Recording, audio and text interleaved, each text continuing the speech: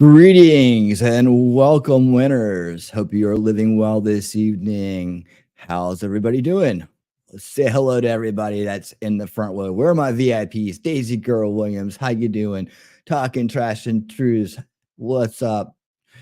Burst Turfs, hey, how you doing? Welcome, welcome, welcome. All right. So happy you guys are here. Say hello, hello, hello, hello. Yep, we got MLS is coming up. We have his link in the chat already. Thank you so much for that. And thank you guys so much for being here this evening. We're going to have a great time. And if you haven't, say hi in the chat so I can say hi to you and welcome you to the show. There he is. Hey, hey, hey. All right. Yeah, make sure that you have a wrench, right? Make sure you have a wrench for right now. All right. I'll take care of that in a second here. All right. Okay. Say, hey, Half Irish, how you doing? Welcome, welcome. All right. Cute picture. Nice kitty. Hey, Iris, how you doing, Iris? Welcome, welcome. Hey, everybody. Hey, everyone. Okay. Guys, we are set. Let's go ahead and Jacob Peets, how's it going? Happy Veterans Day to everybody. This is the 125th year ago.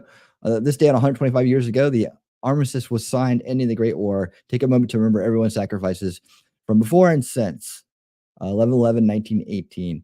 Thank you so much for that, man. Salvador Dali talks. All right, welcome. Hey, we have one of your pendants. All right, cool. Let's bring in our guests. Let me go ahead and get this ready. And ladies and gentlemen, here he comes. Do you have any proof that you and Mrs. Wyndham were having an affair? Only the love in my heart.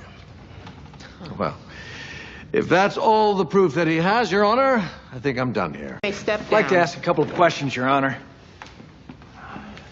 Just give me a couple minutes. Did you ever take Mrs. Wyndham on a date? Yes. Where? A restaurant in Concord where no one could recognize us. And how long have you been sleeping with Mrs. Wyndham? 3 months. And your boyfriend's name is? Chuck. Right.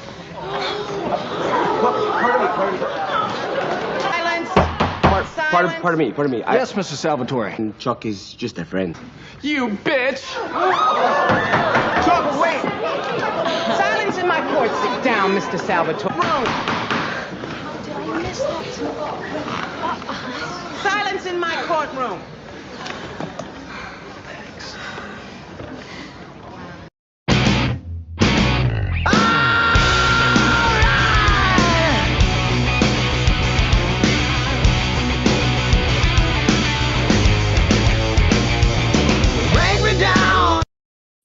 Welcome, MLS. How you doing? I'm doing good. How'd you get footage from my first trial? I know, isn't that amazing? I got connections. That is awesome. Yeah, man, that was a lot of fun. Yeah, doing well. By the way, I did a review of that movie back when my stream was like pre-edited videos and nobody was watching them. It was like, is Legally Blonde, accurate movie? Is My Cousin Vinny an accurate movie? Those are some of the things that I was doing. Oh God, 5 years ago when I started doing this, and it must have even been longer than that. But I love that movie, Legally Blonde. Awesome, man. I'm glad I hit the mark on that one. Actually, yeah. Thank you, T3. I appreciate it. I actually was having a little bit of trouble coming up with the intro for you, but I think I pulled it together. No, that worked good. You could have done. No, that was a good scene. I was gonna say you could do the stuttering. See, now I'm stuttering. The stuttering attorney from My Cousin Vinny. When I first started this channel, MLS, it was at that time it was Michigan Law Show with my brother, who's not an attorney. He was a real estate investor, and he wanted to do just some fun stuff on YouTube. We had a picture, like a framed portrait of the stuttering attorney behind us for a lot of our streams because we absolutely love that guy. I don't know if you know the movie or not. He's like stuttering and he's asking all the wrong questions. And so I can't remember his name, the actor's name or the character's name, but he was absolutely awesome. Oh, cool. Yeah, I considered that, but I was like, you don't really have a Jersey kind of accent. So yeah, I really don't. But thank you for inviting me. This should be a good show. I don't know what we're doing, but it's gonna be a great time. Oh man, we're playing jazz like we always do. I want to make sure that I get you before your thing drops off. So you add. There we go. See, I make sure that the creators at least have a standard moderator, Wrench, and you are a member of the Winner Circle as well. Thank you so much for being a member of the Winner Circle. I really appreciate the support, man. I really do. Oh yeah, no So many problem. creators don't do that, and I really appreciate the fact that you did that. I try to support everyone that that interests me, even if it's I don't know. I came in, you were streaming about something. I can't remember what it is, but I try to support as many as I can. Cool. Thank you so much, man. Oh yeah, T-Rex Trucking and More. Good evening. Hope you're all doing well. I'm always doing well because I don't pay property tax. That's right. He doesn't. Do you know that? Did you know that? No, how does he not pay property? Does he not own property? Best of all, I don't pay property tax. Because he's a trucker. That's why. Ah, there we go. The benefit of living out of a van. At some point, I might be living on a boat entirely, but I won't have property taxes. So that'll be there. You go.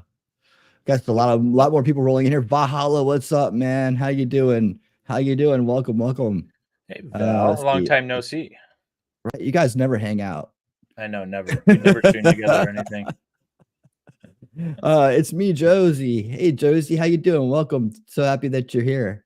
I'm glad you're here for David. Hope you'll stay for winning. That's right. Yeah, man. Thanks so much. So, hey, tell the crowd about yourself. I know a lot of people already know you already, but that's the intro that we do. Give us the rundown on making law simple. Yeah, so I am a licensed practicing attorney in the state of Michigan. I've been practicing since 2010.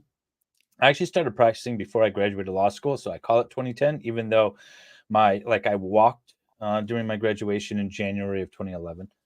But yeah, so I've been doing that, and I practice. I call myself a litigator because it's kind of hard to narrow down what exactly I do. Basically, just about anything that takes you into the courtroom, I handle because I love the courtroom. I love trials and the strategy around them. So I do a lot of civil litigation, whether it's business or whatever, criminal defense, family law, things like that. I started actually at a prosecutor's office, so I got a little bit of that side too, but it put a bad taste in my mouth, so I don't like that very much. Yeah, and that's about it. So I'm just working my law firm, which is Helm Law. It's very creative, Helm Law PC. And for a while, I had 8 or so staff, secretaries, paralegals, associates, and things like that. And then the vid happened. We wound down a little bit before then, but I still had a fair number of staff. And then once the vid came around, kind of cleared everything out. And now I'm solo. I still have the office. I go in there maybe once a week. But otherwise, I'm fairly mobile, working from home in various locations. So we'd started the YouTube channel, like I said, about 5 years ago, just to kind of promote the firm. My brother wanted to do some stuff on real estate investments and some landlord tenant law and things like that. And so we started doing that, and it kind of really didn't go anywhere. And then I always watched trials. Actually, in 2020, I sued the governor of the state of Michigan. I didn't. Well, my clients did, and I represented them. And that got me a little bit of notoriety, but Viva picked up on one of my cases and did a stream about it. And that's how I got familiar with, I don't know, anyone on YouTube streaming law stuff. And that's cool. That's exactly how I did too. Viva was my entry gateway drug. Yeah. And so, so I from there, I saw Ricada and whoever else, Kurt and, Runkle and whoever, all the people in LawTube, started watching them, started watching some trial coverage. And then after Murdaugh, I said, I'm spending all this time while I'm working, streaming the trials, watching them. I might as well just stream them on my channel. I have a channel.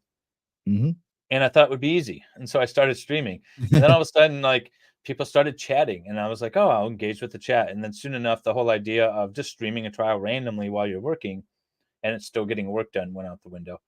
But it's been fun. So I started that in March with Zachariah Anderson.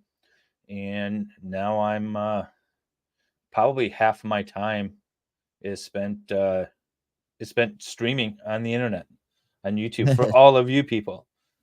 But yeah, no, it's been a lot of fun.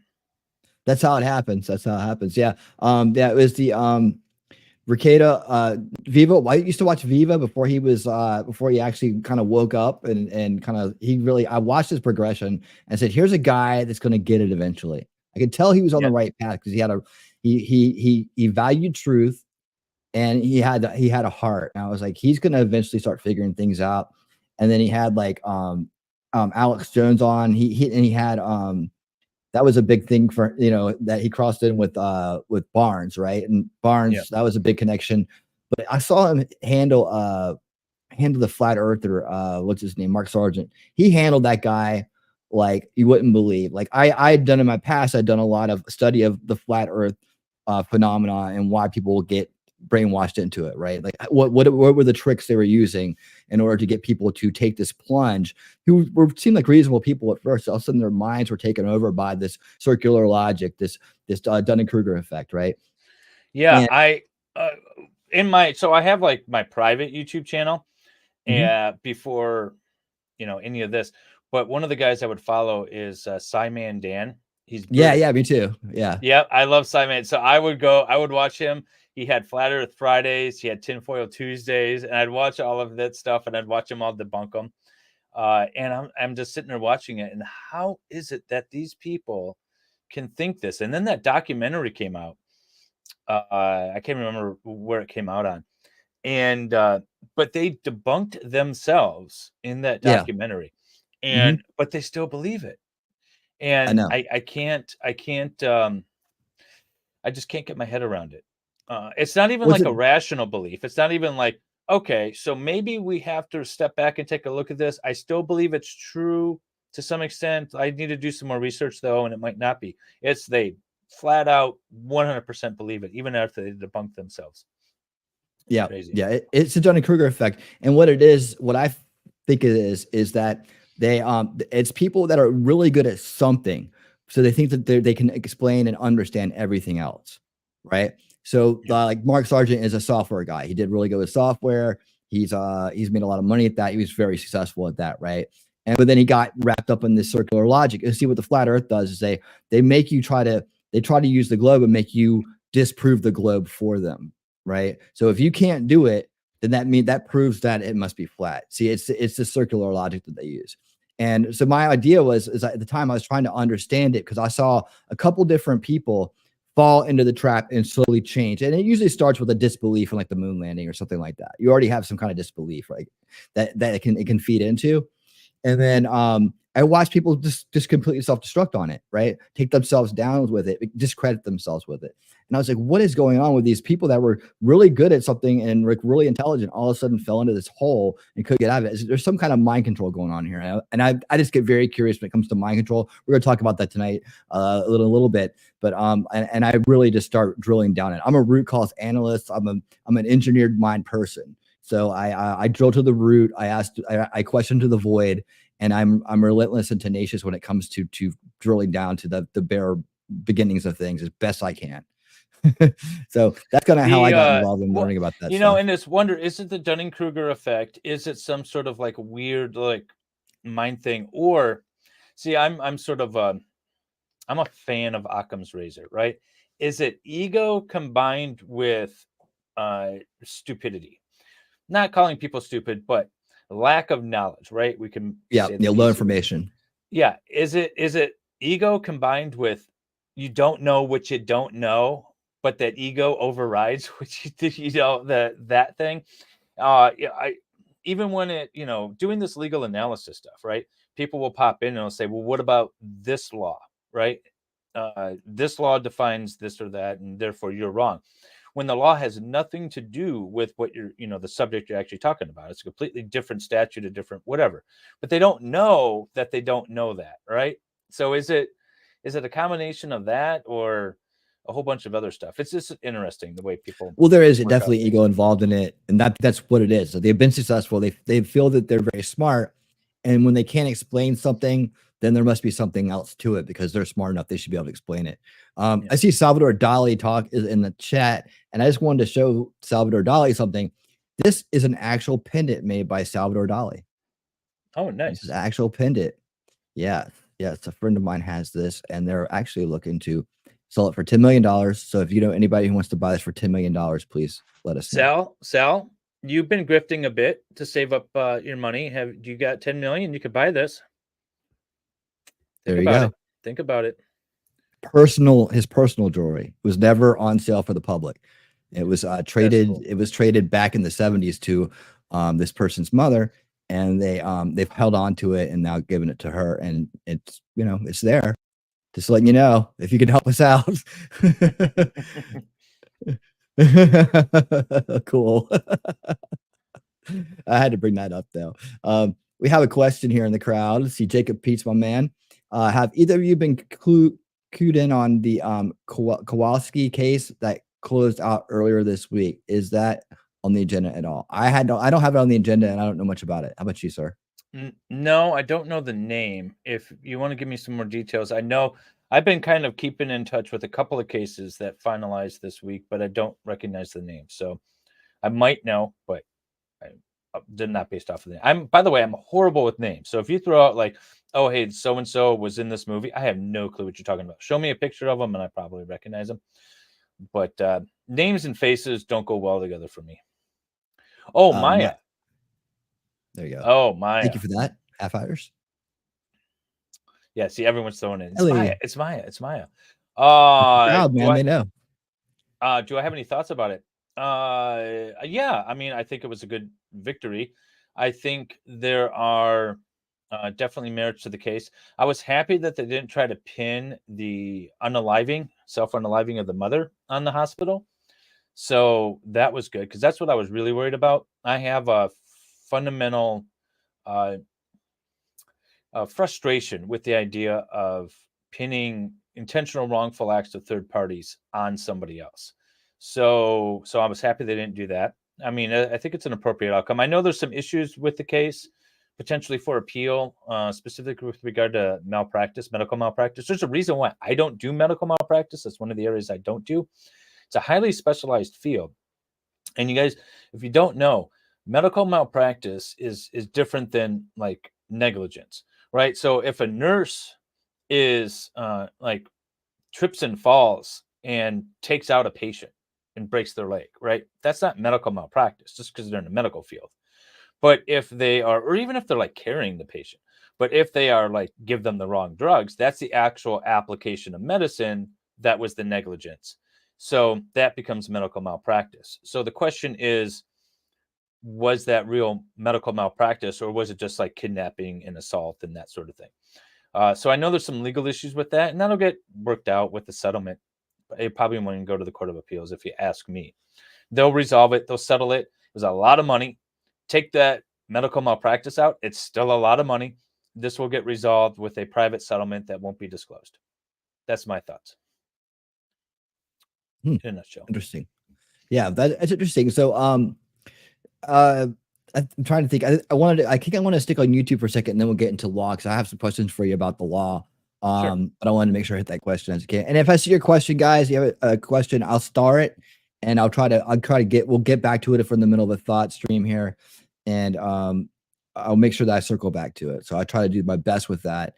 So don't feel like I'm not seeing you out there in the crowd, because the crowd makes it happen, man. Thank you guys so much for being here. Make sure you hit that thumbs up button. And if you're over on Rumble, thank you so much for being here on Rumble. That's the thumbs up button over there too, the like button over here on YouTube. And also to the rewatch crew who rocks the world. Thank you guys for taking the time to come and rewatch this after it's streamed. You guys make the world go around. Thank you so much. So YouTube, I heard you say you've been on for 5 years now. I'm like a year and a half right here. So well, let me clarify. So 5 years ago, my brother and I decided we were going to do some videos. At the time, I had been watching some people like Simon and Dan, or some other mainly science-based stuff. And they all have like these little edited videos, and they've got like little music playing in the background, and it's all sort of beboppy kind of thing. And so I thought, okay, so that's the style I like. That's what I watch. That's what we'll produce. And so we would film. We would spend like a day like drafting the script and then filming it. And then I would spend 8 to 10 to 20 hours editing it, and then we would post it. And our plan was to do like 2 or 3 a week. And that turned into so much work that eventually, after about a year, we just kind of stopped doing it. And so it sat there for 4 years. So it's not like my channel was active for that long. It's basically I did nothing with my YouTube channel for 4 years until March. Well, actually, I take that back until maybe the summer before. So we'll say summer of 2022. I did a couple of short live streams with James and Jennifer Crumley, their case. And these are the parents of the Oxford school shooter. And so I streamed like their preliminary examination and things like that, commented on it. Nobody was watching. And then, then it would be another 6 months before I did anything. And then I streamed some of the January 6th congressional hearings. And I had maybe 3 people in the chat watching, but not really a whole lot. And then, yeah, so it was just kind of like intermittent. And then all of a sudden in March, I was like, all right, I'm going to start streaming trials. And then I did one after the other, after the other, after the other, with a couple of videos in between. So I did Zachariah Anderson was the first one in March. And then I did Letitia Stalk. And then I did Ronald Berber, the Border Patrol murder case out of Texas. And it kind of just picked up from there. So apparently you guys want trial streams. No, So absolutely. The trial streams are great, and it's great that you guys are doing more of those now. Like it seemed like it fell off for a while, and like the LogTube OG, right? What's it called? The big boys, right? The LogTube Prime or whatever you want to call them. Whatever. Right? Yeah, from the Rittenhouse Depp Heard class, right? They were streaming a lot, and then it kind of got off into different things, I think, a little bit, and people kind of in the LogTube sphere, we're really kind of into that. And I can see that rebirth happening with guys like you, MG Law, Broken Baker, like kind of the new school, I call it like little LawTube going on here. That's kind of on their way up, the second wave that's happening, which is really cool. And I think the crowd is digging it because they get to get back to what got them into it in the first place. Yeah. I'm never one for early adoption. I always get the older model of the iPhone, while everyone's getting the new one. And so, I'm fine with being, a generation behind. It works just fine for me. Oh yeah. That was great. But, you say Rittenhouse too. That was one of the big cases that I watched. I didn't stream it or anything like that. And then the case that I had planned on starting was Lucas Gearhart, which was a Michigan case in the Upper Peninsula. And he was going to go to trial for making a terrorist threat, and it was a BS claim. So in Michigan, especially in the UP, a lot of kids bring their guns up there. There's a lot of hunting. By the way, the UP is this part of Michigan up here above my head. Okay. And so he was lawfully bringing his firearm to his college campus up there, and sent a Snapchat to a friend with a picture of it saying he was bringing it up there and he was going to make all the snowflakes melt. Which mean 2 things. All the liberal kids in the school were going to get all because he had a firearm, even though it's lawful. And also, I guess that's the only thing that it really meant. But anyway, so he gets up to school. He checks it into the school's armory. The school has an armory. Lawfully checks it into the school armory, then goes to his dorm and he's immediately arrested and charged with making a terrorist threat. Not because his friend got upset about it, because some other random woman happened to see his friend's Snapchat or his phone pulling up his the Snapchat. And so that was set to go to trial, I want to say in October of 2022. So like a year ago. And I was going to be the only cameras in the courtroom, actually, because I didn't hear if anybody did it. So I contacted the court and free David. Thanks, Jung. By the way, Jung, she's the one that manages my Discord. So any Discord questions, you got to ask her because I don't know. Oh, Jung, please join my Discord and help me. I want to call Discord. I want lots of stuff going on in there. And oh man, I just don't know. Sometimes I don't know what to do with it. And sometimes I'm just too busy doing other things. So love to have you on board. But yeah, she always gets those requests. I bet. But anyway, so I was going to be the only cameras in the courtroom. I was really excited. So me and a buddy went up there and we were going to get everything set up. And then he took a plea the day before. And so I was like, all right, well, we'll see what the next trial coming up is. And we'll just get everything set up to do it down here.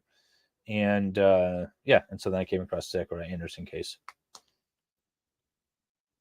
So yeah, that was about it. So I mean, it's been like in the works, and it's kind of been slowly going, but it didn't really like start. I'm going to stream every day until March. Okay.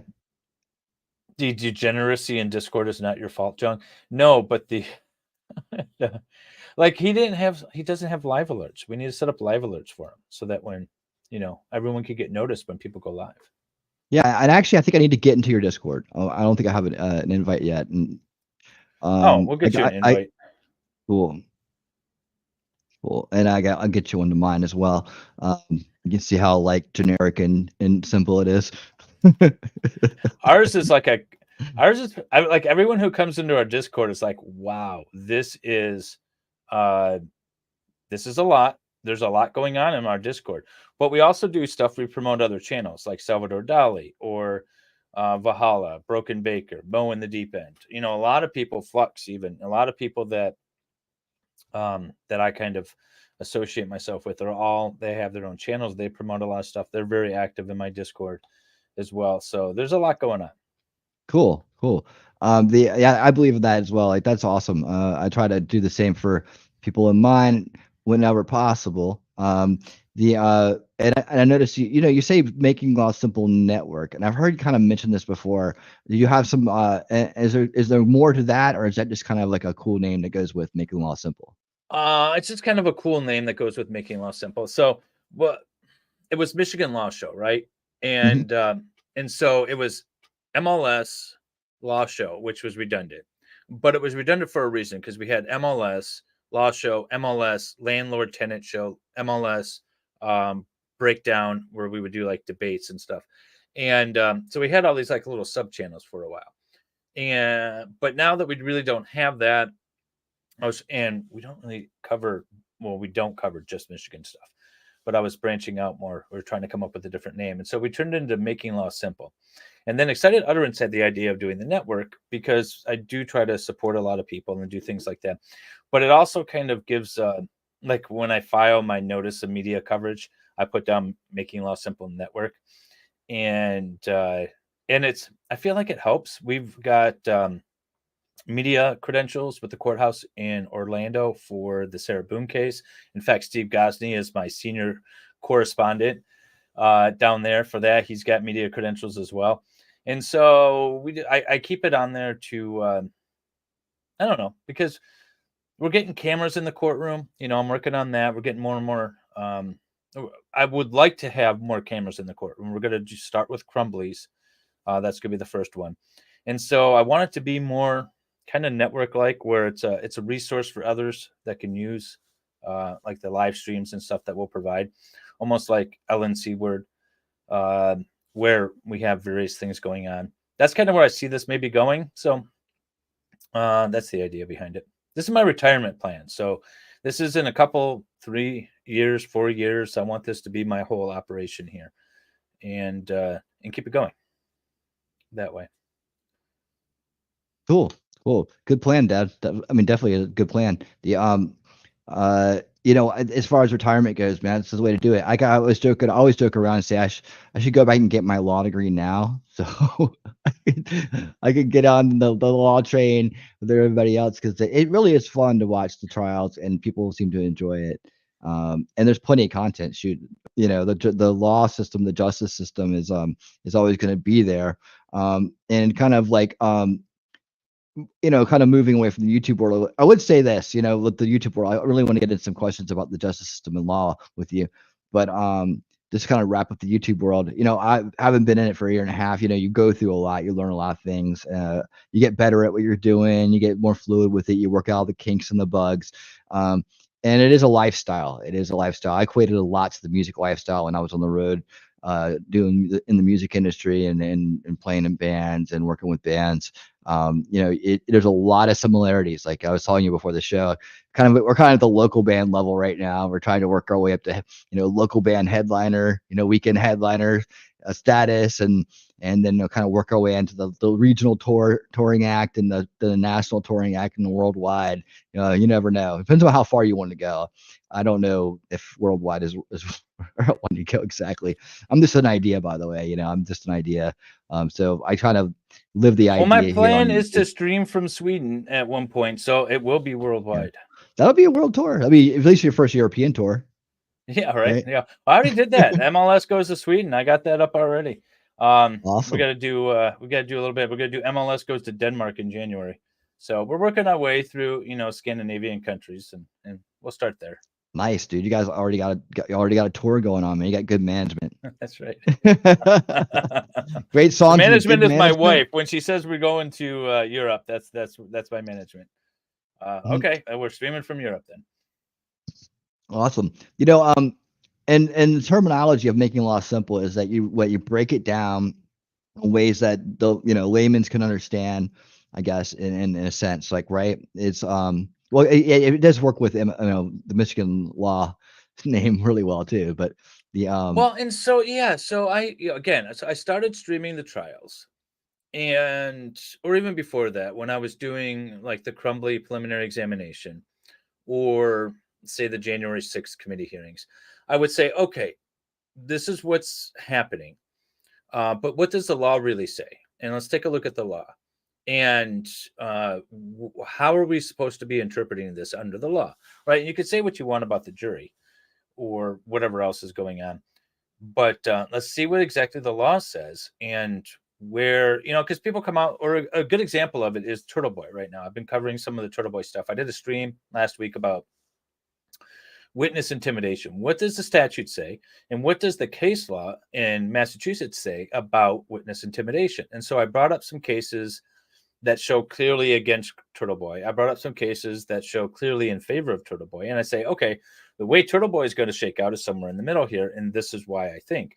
And hopefully it's because legalese can get kind of, what do I want to say? Confusing, I guess. But hopefully I can make sense of it and explain it in a way where it's not a clear cut and dry answer. It usually never is with law.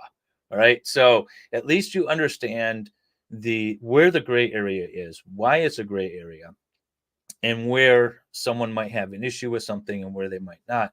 A lot of times when we're streaming trials, people say objection hearsay, and people don't really know what hearsay is, or why, even though everyone assumes that statement is hearsay, why it's allowed, because you always hear hearsay is not admissible. So I try to explain, well, yes, hearsay is not admissible, but here's the list of 20 exceptions that allow it in. And this is why it might be allowed in. And so hopefully then people are more educated as to how the system is supposed to operate, the rules of evidence and things like that. So when they're watching trials, or when they're out there, ideally in their real life, either sitting on juries or being involved in just society, they have a better understanding of how the legal system actually works, or at least how it's supposed to work. And so we're all there better citizens for it, is kind of the idea. And the most important thing, though, is that every criminal defendant is absolutely innocent until the jury or the judge, depending, finds them guilty. And so let's start with that mindset too. But that's the idea, is to just try to break it down into the fundamental factors as to why this works, or why this is supposed to work this way anyways. Absolutely. Yeah. Camille Vasquez did a great job of making hearsay popular during the Deaf Heard trial, when she completely destroyed Elaine in the, was it direct cross of Amber. That was a beautiful moment in history, legal history right there. It was amazing. Cross-examination. Well, it depends. I think Amber was called as, no, she was, they had an agreement that Amber was going to be called by the defense side, so it would have been cross-examination. Yeah, but that's a great example of an attorney that knows how to take the law and explain it to the jury in a common sense way that they can properly understand it. So many of these attorneys talk in these abstract theories as if, the jury is just supposed to get it. And that's not how people work. That's not how people's minds work. You can't just throw out these lofty ideals and expect them to fully understand it. You need to explain it to them. If it's the first time they're hearing it. So, and people have a fundamental misunderstanding of what a lot of things are. So it's kind of I don't know, my mindset, especially after seeing the Zachariah Anderson trial, where he was convicted on no, next to nothing. I won't say there's no evidence, but not enough evidence in my mind. And so it woke me up. That was the first trial that I streamed, and it really sort of kind of shocked me. Like, I don't think the general populace understands the not guilty unless proven guilty sort of innocent unless proven guilty sort of mindset. Yeah.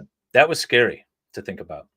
Yeah, the powers that be want to change that mindset so they can just railroad people into convictions, it seems like. Real quick, we got 10 gifted memberships from Talking Christ and Truth. There's 5 there and 5 there. Let me see if I can find all the new members of the Winner's Circle. Where'd the first one go? I don't think I saw the first one fly. Oh, here they are. Okay, so Merce Turf, Salvador Dali Talk, Scott Free Freedom, welcome back. Stephanie Bland and Libby, welcome back. And we also have, I'm gonna read them all here. Okay, and Melissa Jane, welcome back. I thought it was Melissa Jane Dash. Okay. Half Irish, Just Dawn, Dennis Heaton, and Tina Nina. All y'all, welcome to the Winner's Circle, and this is just for you. It's cold up there in Vietnam. It has to do. I can't imagine a more beautiful thing. It's cold. I can tell you all about it. I mean, look at this thing. Gonna try to get that amazing thing. I need to work on that one. Just something I threw up together. It's actually from a conglomeration video I made with attorney Tom as a star of it. It's on Rumble. You can find it. It's called Gummy Bear Time. It's his hit album. It's got a lot of songs of him singing just like that. A lot of skits. I got $4 super chat. MLS for T-Rex Trucking and more. MLS, thank you for that, sir. MLS. I think I understand what a hostile witness is live. Always been confused as to why one has to declare that they are calling a hostile witness. Oh, okay. So he said whiteness. Hold on. Do you mean whiteness or witness? I think he means witness. Okay. Hostile witness. Is that a legitimate question? Sure. I will explain hostile witness. All right. By the way, Melissa Jane, I feel like she's following me around. I see her in so many chats that I'm in now. But I like having her around. Yeah, she is. Hey, Danielle. Oh, look at Danielle. You see, she's got someone following her too. So a hostile witness. All right. So here's the thing. When the difference is leading versus non-leading questions. When you call your own witness, when you call a witness, you are only allowed to ask them non-leading questions. So winning, what did you do on October 15th, 2022? That sort of thing. When they are a hostile witness, so the other side calls them and you're cross-examining them, I can say, winning, isn't it true that you were at the scene of this crime on October 22nd, 2022, correct? So I'm suggesting the answer in the question. And ideally, the hostile witness is only going to say yes, yes, no, no, yes, yes, no, no. There's no reason to say anything else because the answer is formed by the attorney and the witness is literally just confirming the testimony from the attorney. So that's how a leading question is supposed to go. When you call your own witness, you're not allowed to lead them unless they are hostile to your case. So say you want to call the spouse, right? And the spouse is not necessarily going to be friendly to your case. So I said the spouse of the defendant, and you're the state calling the spouse. Assuming the spouse is going to be friendly to the defendant, they're going to be a little hostile to your position. And so sometimes you can ask the court, can I treat them as a hostile witness? Which means that then if the court says yes, you can ask them leading questions where you're suggesting the answer all the way through. That's what that is. So hopefully that makes sense. It did to me. Hopefully T-Rex got it as well. He may have a follow-up, but we'll wait and see. Okay, yeah, I see. It's more of that. Okay. So thank you for answering that. yeah, I was going to get back on track here with the. I was just trying to think if I had any more YouTube-ish questions for you. Well, And you I can mean, just if completely anything, ignore my chat that followed me over here because they're all sorts of no nonsense. And they're being way. led on by Salvador. No, I love it, man. Hey, join the crowd, man. I got a great crowd. I love it when the crowds mingle. I hope you guys will stick around, stay subscribed, and come back for some of my other shows. I do 4 shows a week now. See, 4 shows a week. They're all different. This is the big weekend show. Tomorrow I do a watch party on Sundays at 8:30 p.m. Eastern. So all the football games should be over at least. And what we do is we watch old school documentaries. We actually last week watched a new movie that was out recently, a recent movie called Sound of Freedom, because we wanted to cover that. And T3 Shelley had just gotten back from a trip to the hospital, and we wanted to celebrate her return home with a special night. So we're probably going to be doing some more of those, just kind of take a night off and watch a movie kind of thing on that. And we just go over to Rumble to do that. We meet on YouTube, hang out for a little while, and go to Rumble. But we watched Sound of Freedom. That was a powerful movie, man. Can I make a suggestion on a documentary for you? I was actually just watching this before. I got to pull it up because I don't remember the name. Okay, I was real just quick, watching this before I'll finish my thought on that what we're gonna do tomorrow, and that'll wrap up, and you can do that. The bar we're gonna watch a documentary called The Trap. It was about 10 years ago or so. We usually go back about 10 years or so on the documentaries. We watched a lot of them. Sometimes it turns into a little bit of a debunking session, but really it's just a lot of good old school documentaries. People love them. It's a really good show. And tomorrow, The Trap is really cool because it's about how game theory has been introduced into economics and politics, and how it's the new mechanism kind of control with freedom involved in it. I love this documentary. I've watched it a few times over the decade or so, and I think people are really going to enjoy it. So yeah, but please, your suggestion, sir. Yeah, so this is not 10 years old. This is actually a 2021 documentary, but it covers a documentary that was started over 10 years ago by this gentleman. Okay, so he was younger. I think he started it about 30 years ago. And you can't really see it. It's Murders at Starving Rock is the name of the documentary. It's on HBO. Murders at Starving Rock. So he is actually the son of the prosecutor that convicted a guy for a 1960 triple murder at a state park called Starved Rock. And he is convinced that, well, not convinced, he has serious questions about the guy's innocence. Now, he was sentenced to life, but he eventually got out, I think, on parole at some point. I haven't quite figured that out yet. But so he's interviewing his father, and like a lot of his father's friends that prosecuted this guy, and his dad's like getting mad at him. He's like, he's absolutely guilty, and da da da da. It's a really interesting documentary. He started it about 20 years ago, and I don't know if he finished his first documentary or if it just like turned into a book, but this is like the culmination of his life's work. It's a really interesting documentary. I'm about halfway through the second episode. It's only 3 parts, but I just have to make that recommendation out there because I think it's really good. And I sent it to Mo in the deep end because it's from Indiana is where the murder took place, and that's her state that she lives in. So maybe she'll cover it as well. But I kind of want to do a story on this case because it's really interesting. So I highly recommend that documentary. Maybe we'll stream it in my Discord. But it's called Murder at Starved Rock, Starved Rock. And it's on HBO. It's really good. Awesome, man. Thank you for that. I appreciate it. Yeah, we've done a variety of things. It's kind of an addendum to my show on Wednesday nights sometimes.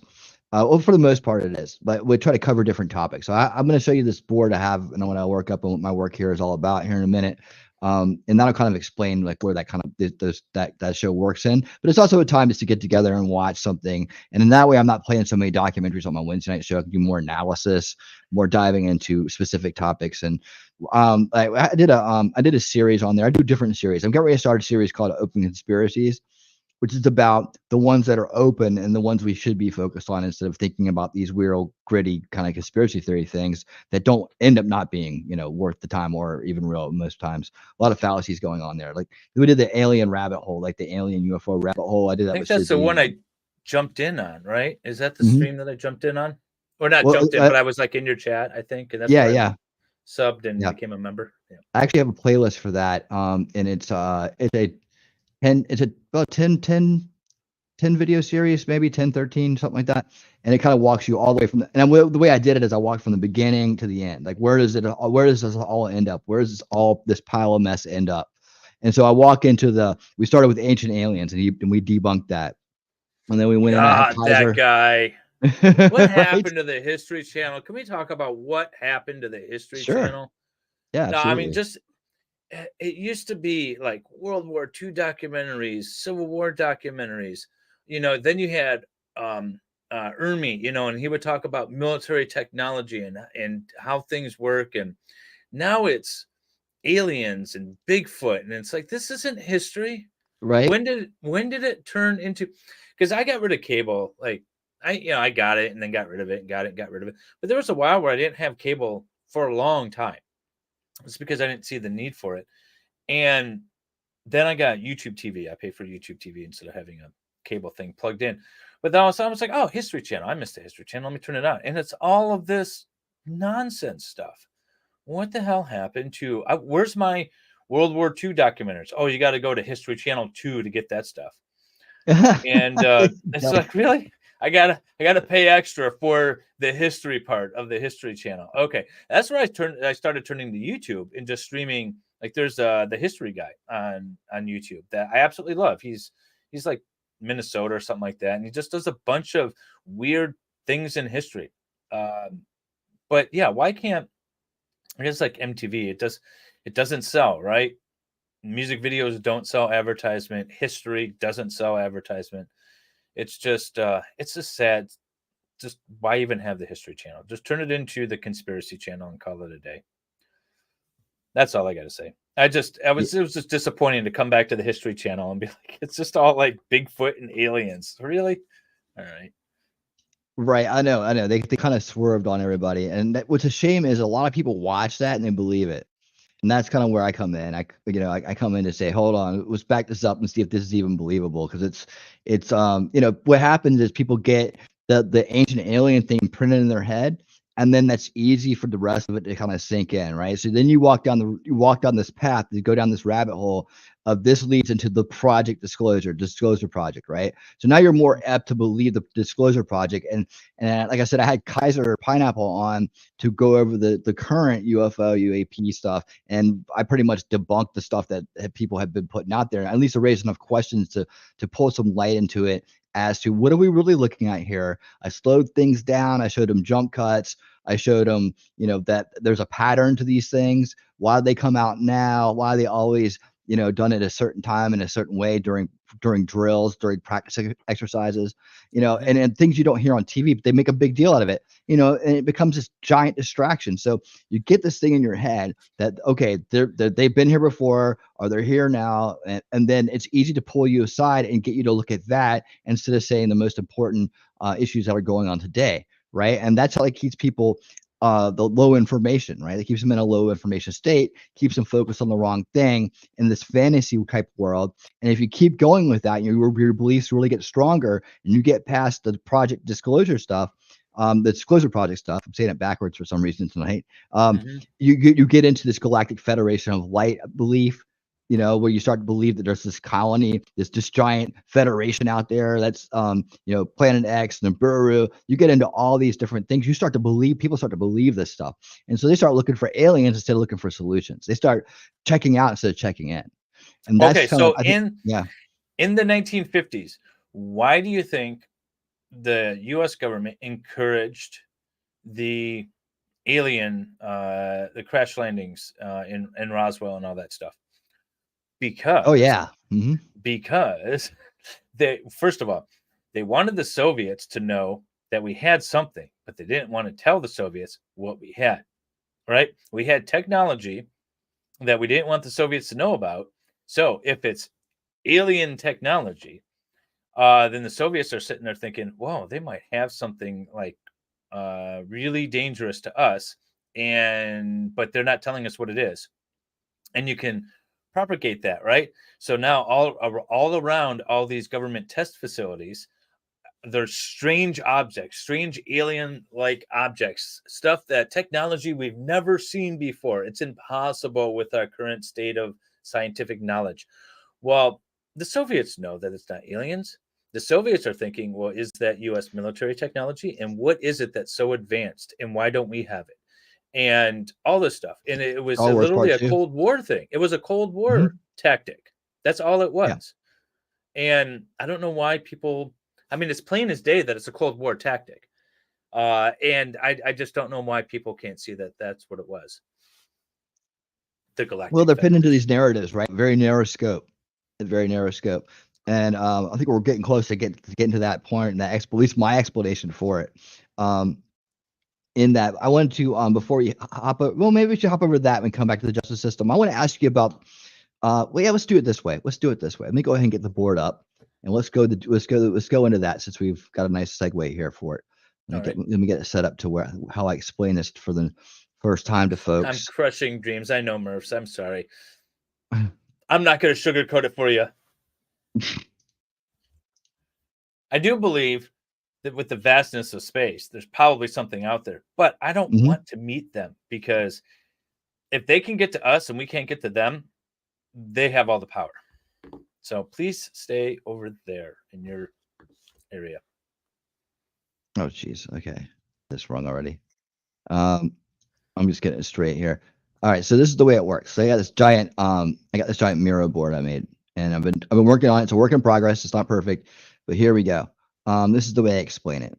So this is you, right? You're born in, we're all born the same. This is the way I see it. I believe everybody will agree with me on this. We're all born in the same state. We're all born this innocent love and light, these little creatures that are here, that see the world very innocent, and need to be taught the world, what things mean, what they are, and how to survive as we grow and we mature. So our world is surrounded by just ourselves at first, right? And then as we come out a little bit further, we start to know our families, right? We start to know our surroundings, our house, our pets, our foods, our clothes. All these things start to happen within here, right? And I call this little layer that we are born into, this first veil. Now, this isn't a very natural state. Really, the world should be open, but this is the one that we live in now, the one we were born into. All of us here that are listening right now, we're born into this system that I'm about to explain, right? And so the first veil, it's like what you see on the television, the politics, the religion, everything, the education, everything that you come to know of from the early years of your life, and you're taught, right? Unless you have parents that have seen beyond these veils, you're generally get caught in this establishment type of narrative, right? Whatever the establishment of power is, whatever the worldview is, this is where it comes from, right? Well, as we get older, a lot of people stay in this first veil and they never really ever see out of it, or they refuse to leave it, right? But some people realize that there's another veil out there, that there's something beyond the first veil. They lose faith in the establishment narrative. They no longer want to believe what the powers that be are telling them. They have a resistance to it. And so they escape this first veil, and they believe that now they're seeing everything clearly. But what I've come to understand is there's actually a second veil. There's actually another veil that's just like the first veil that's out there. And as we scroll out further, that there's a third veil, a fourth veil, a fifth veil, a sixth veil, and a seventh veil, and eighth veil, and so on. Now, a lot of these outer veils don't have to do with anything but advanced knowledge of how the universe works and how these universal laws work that we live in. However, what we focus on here on this channel is mainly the first 5 veils. And this is why, because here we believe in solution culture, this is to go beyond these veils and to be able to pull these veils down. I'll explain this in a second, but I just wanted to give you the kind of the visual here. And it comes down to this board right here called the veils of perception, right? And so as you see, I explained, we're born in this first veil system, right? And so we go in this first veil, and as we scroll in deeper, we can see that a lot of things that we will learn in the first veil, right? The establishment narrative, establishment media, establishment entertainment industry, the government politics, the social media system, the false left-right paradigm, we find lobbies, political correctness, all these isms that start to appear that kind of start to script the narrative of life to try to mold us into place, into this idea system that this is what the world is about, this establishment narrative, right? And so all these systems are in place here, and we begin to learn these, and we kind of look at these from the idea of ideological subversion. So we are demoralizing this system, this establishment narrative, right? Ticky-tacky houses. You know the song Little Boxes? Yeah, Little Boxes. Yeah, little boxes on the hillside, little boxes made of ticky-tacky. You know that song? Yeah. Weeds. That's what this is. So by the way, the way the color coding here is these are things I've covered on the channel already. So I've covered them in one way, shape, or form on either one of the series that I've done or one of the shows that I do, right? And these are more general things that we tend to touch back on constantly. They also cross the line here between veils. So you have disinformation on both sides. You have COINTELPRO on both sides, Fed informants on both sides, secret societies and cults on both sides. That's why I kind of put them there. It's not perfect, like I said. I'm still kind of working on the presentation of it. That's what I'm doing with my shows on my channel, is trying to figure out a way to explain what I know about this stuff, right? But as we go into, and the theme here is subvert the young, change the culture. So you own the culture if you own the young. And I talk about this thing called, and as I'm sure you know, generational warfare. This is how the elitists that control our society operate. They have a generational strategy, right? So by subverting the young, every generation coming up through these systems that I've just explained here, these are the current systems. They've had other ones and they've come and gone and so on. I can get a lot more granular than I do here, but they're able to control the next generation coming up. So like our generation was, buck authority, party hard. We had a very, very debaucherous kind of upbringing, right? So the demoralization is there. Now these days it's wokeness. It's things like this, right? It's identity politics. They just change it, but it's always aimed at the same crowd, the young crowd, because they can get to the innocent minds and they can corrupt them. So as we start to move forward, some of us break out of this and we say, we don't believe you anymore. And then we start looking for answers. And right on the other side of that veil, there's a whole bunch of answers waiting for us. And they look like this. The conspiracy are alternative narratives that are out there. And these are kind of run by these cults or conspiracy grifters, these online trolls, these stalkers, these gang stalkers that come out of this kind of scene. But the theme here is that live in fear, stay on defense. And you see all these different types of conspiracies that are out there. These are all the ones that I've covered on my show, Unveiling Reality. I've debunked these. I've explained these. I've gone through them and kind of shown the fallacies and the arguments and help people realize that these aren't the answers. These are yet another form of disinformation that's out there to control us, to make us live in fear and stay on defense. And that's where we stand today. We stand on defense. We have no solutions in the second veil. If you scroll down here, I came up with a saying that helps explain the first two veils. The establishment never lets a crisis go to waste. Neither do conspiracy grifters. However, they both produce mind control victims equally. So what I'm trying to do here is show how these two things are the same. Like if you give the establishment credit for doing all this stuff right here, or if you give them credit for 9/11 or doing all these other things, right, or being part of the this New World Order, the Illuminati, right? If you're going to give them credit for that, give them credit for knowing what people are going to do when they break out of their little box, right? And having something ready for them. And that's what we find out, that they've been waiting for you the whole time. They've been waiting for you the whole time. So once you realize that, you look at what's really going on granularly at both these levels. And what we come to find out is this is an information type of mind control, right? And what it is put out there to do is to abuse us, right? So we look at the real truth of the matter is what keeps them in control generationally. This third veil, the cycle of abuse, right? Social engineering, these social experiments that they learn more about how to control minds, institutional psychology. We're talking today about how everybody seems like they have an ism these days, right? Oh, I got autism. I got ADHD. Oh, I got this kind of dysorthia. I got this kind of thing. I don't think I have any of these things. And I've been told I have ADHD or ADD or whatever, right? They want to tell me that. But I think it's all just imaginism, right? Imaginism and accountability dysphoria, because they just want us to believe that we're broken, and that we're less than who we are, and that we're not just unique people that have our own little quirks and our own little outlooks on life, right? So that way we feel bad about ourselves. We spend our life treating ourselves with these cycles, these big pharma things, whatever we got to put in our heads to make us think that we aren't just okay. Yes, there's people out there that are broken and have issues. We know that they're part of this, that criminal or they're psychologically deficient class, right? Then they need help. They need containment in some cases, right? We understand that as part of the world. There's going to be dangerous people. There's really this whole thing going on of narcissism as an epidemic on display, right? And that is due to generational abuse. That you abuse the young, you break the future. And that's what we kind of talk about in the cycle of abuse. So this cycle of abuse that goes along generationally, all right, what it does is produce corruption. And that's why the systems are so easily corruptible, because you find the broken people, right, and they fall into these classes. and this the global ownership class sits up here at the top, right? And we are the infrastructure class. We keep the whole world running here. But then you have this despotism class. This is the way I define it, right? And the despotism class is the people that are living in poverty, that are turned to criminality, that have been broken down into a criminal form. And this is the people that you generally have to deal with in your career, David. And so that's what is producing is this cycle of abuse that keeps going on generationally. Like I say, it's generational warfare in order to manufacture generational corruption and manufacture generational power for this global ownership class.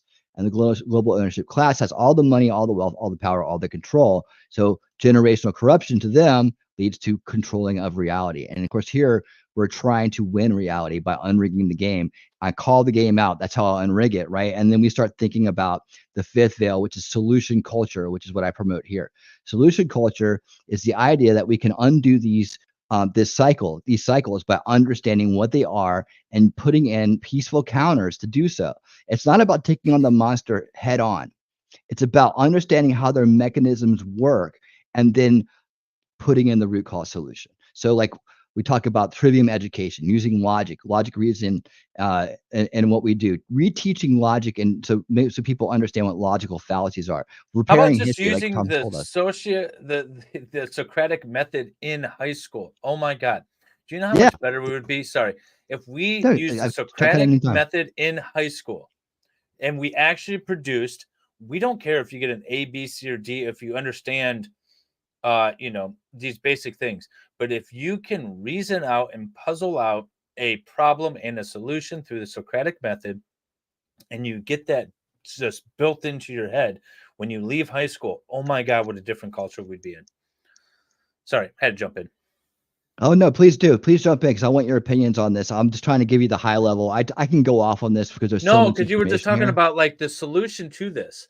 And Yeah. one of the fundamental problems I have is that the vast majority of people, you showed the pyramid, the vast majority of people that live within that center mass of the pyramid are, hey, if it doesn't affect me, I'm good. I'm going to do my thing. I'm going to follow Yeah. the crowd. I'm going to do whatever. There's very few people, one, that push against the crowd naturally, or two, that see a need to do it in the first place.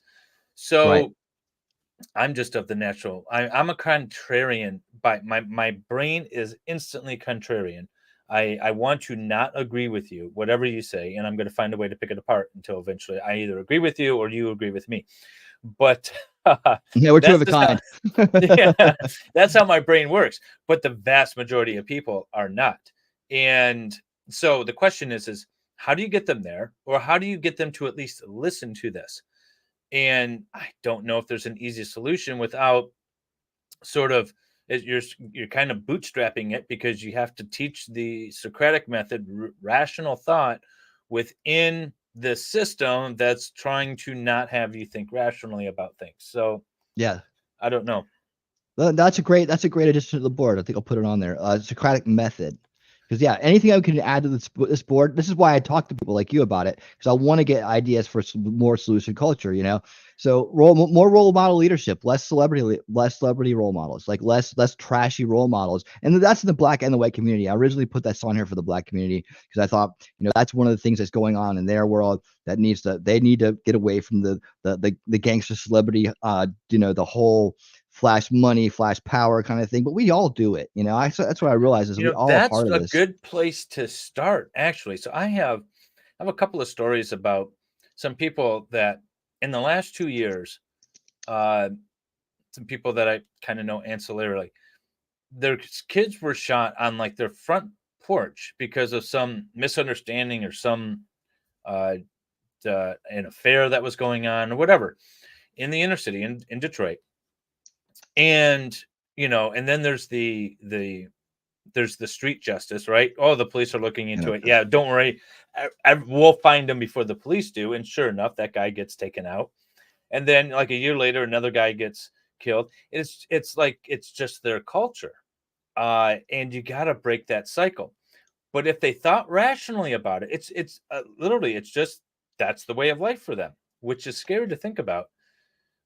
But if you taught them in the just rational thought through the Socratic method, I think that might be the best place to start. But it's not just the, the Black community in our cities. We're talking about the rural. There's more poor rural whites in Michigan than there are poor urban Blacks in Michigan. Would teach them the Socratic method, teach them.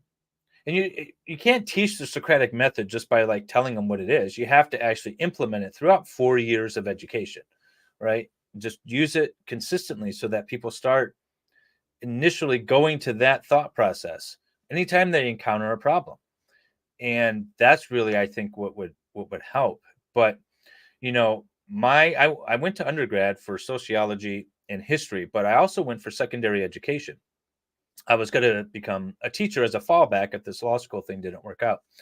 But I stopped and I didn't finish up my student teaching because of there was so much politics involved with education that I knew that there was no way I would ever be hired. Or if I was hired, I would be fired fairly quickly because I wasn't going to teach the doctrine that they wanted me to teach. I ran in the education I needed to become a teacher, I was running into blockades. And so I was like, this isn't going to work for me.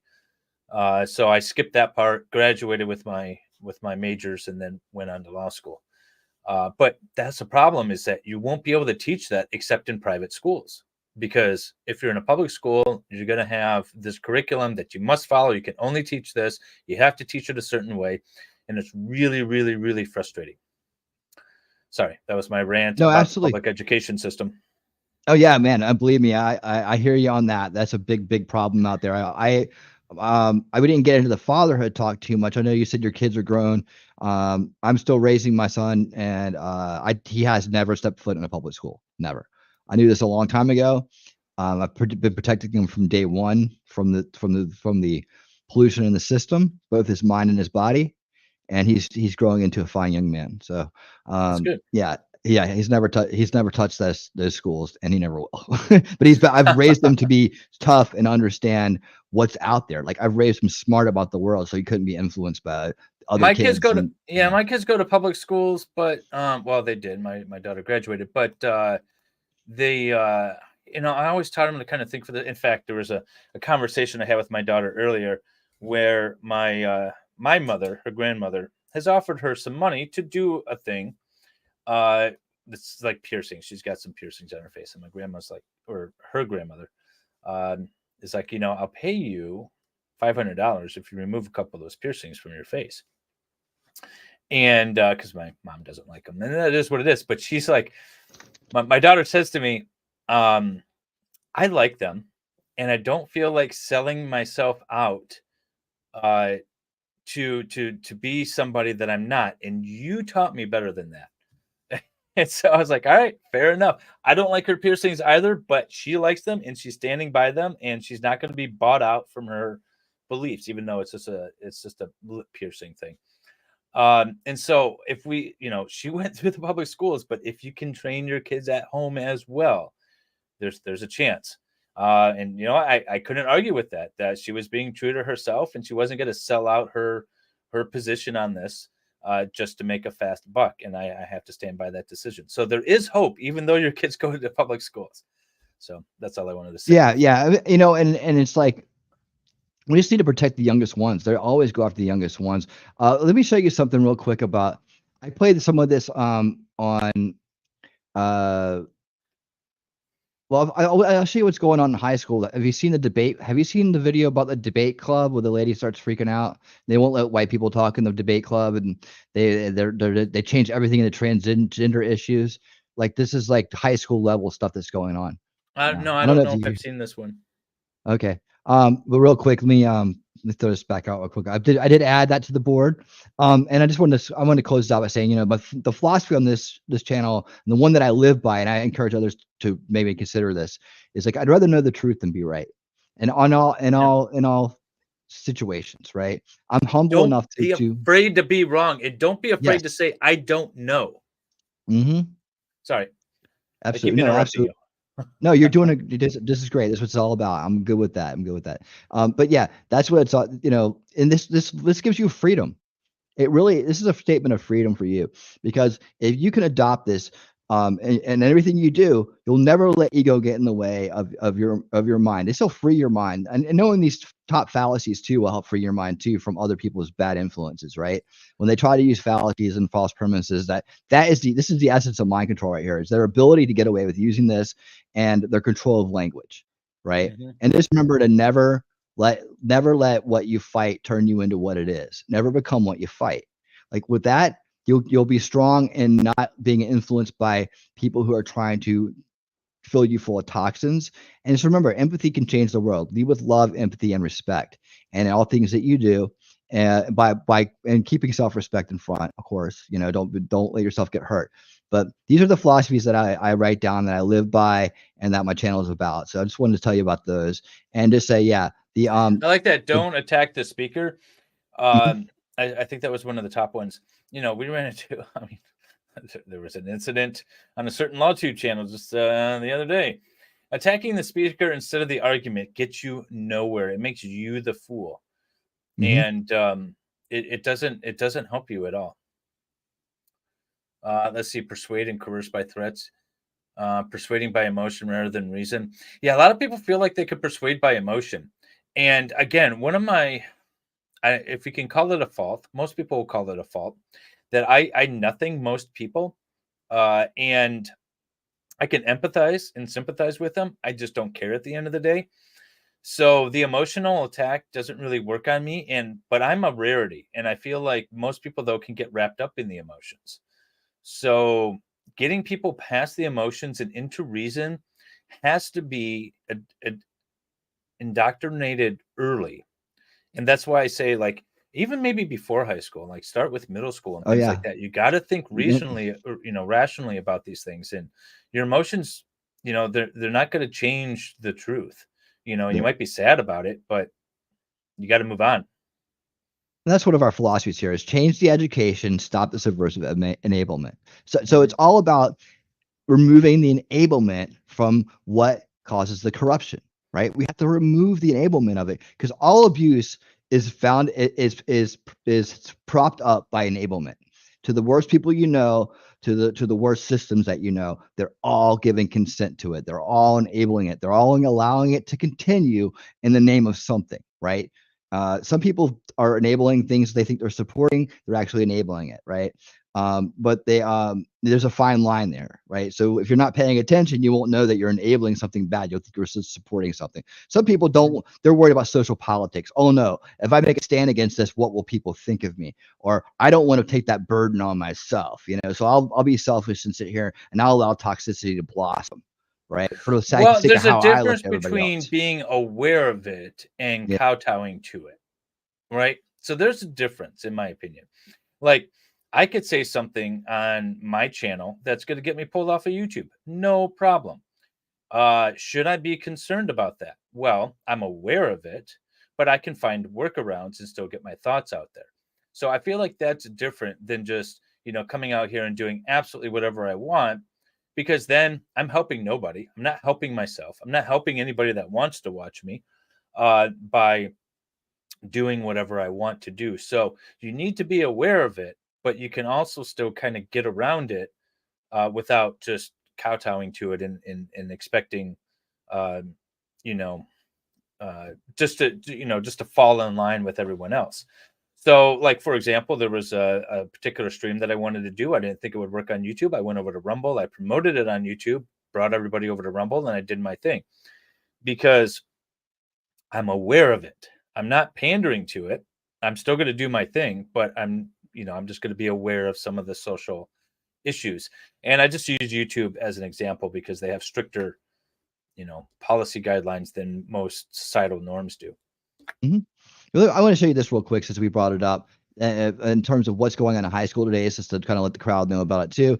I'm not going to play the entire thing. We're just going to get some clips out of this, but this will give you an idea of what is, because a lot of us don't have any kind of insight into what's going on in high schools these days. But here you go. Check this out. This is Greg Foreman, also known as a Black Conservative Perspective. He's awesome, dude. I highly recommend you guys watch his channel and watch his stuff. I've been watching him for years. I think he's amazing. Here you go. So check this out and get ready to be completely shocked. Right. Which is exactly what this one woke high school debater who apparently is a top high school debater in the US, okay, doing this debate competition. She's going to argue that the other team that she's going up against should actually lose because one of the team's members is white. Take a look. They have a white debater on their team, which inherently means they have more whiteness than us. We obviously know that JJ is not white. It's pretty obvious. Go down onto our pick. We give you 3 words why we subsume all of their protests and affirm their protests. In a pick, what it means is you are furthering their cause just minus the whiteness. As Rebecca is a vehicle for this movement, we say whiteness is really bad for representation in queer people, and it's a bad form of furthering this protest. The best way to further the protest is to vote for our pick and to affirm it, but minus the whiteness. They say that we're taking over JJ's labor, but first, this is a new response. If they read this response before, we probably would have read a CAPK about how you can't use labor across identity lines. That's a really bad thing to do. Second, how picks work is you affirm their protest. We're not taking over their labor. It's just a technicality of debate. Then they say, what is okay? So many questions. All right. So first of all, this sounds bad. Sounds like she's going on a tirade. She sounds really angry. I'm wondering if she's under a time limit. See, I'm immediately questioning context. All right, so that's where my mind goes to. If you were to ask me in 30 seconds, explain why being white is bad, I can come up with an argument and I can race through it and it'll sound like I'm really angry, right? I could sound like that woman. If you want me to come up with an argument, just for educational experience, I could try to come up with something and spit it out there in 30 seconds. And I could sound really angry and impassioned and like I'm condemning my own race. So what is the context in which this debate is going on? Because, oh my God, I have so many questions. Is it do we know what the context is, or did he just play it from the beginning? No. I did that. So let me put it back in context. I did it because I'm just curious, because that's again, my reasoned mind is there's a million reasons why this woman, the girl, could be saying what she's doing in the way that she's saying it. And so without context, I'm a little lost, but let me see if there's some context here. Imagine that you're a high school debater and you're walking into your debate round to find out that a self-proclaimed Marxist-Leninist Maoist is judging you, who openly stated that she would never let a student win if they made an argument defending Israel or capitalism. That's a reality for many students because the National Speech and Debate Association won't take action.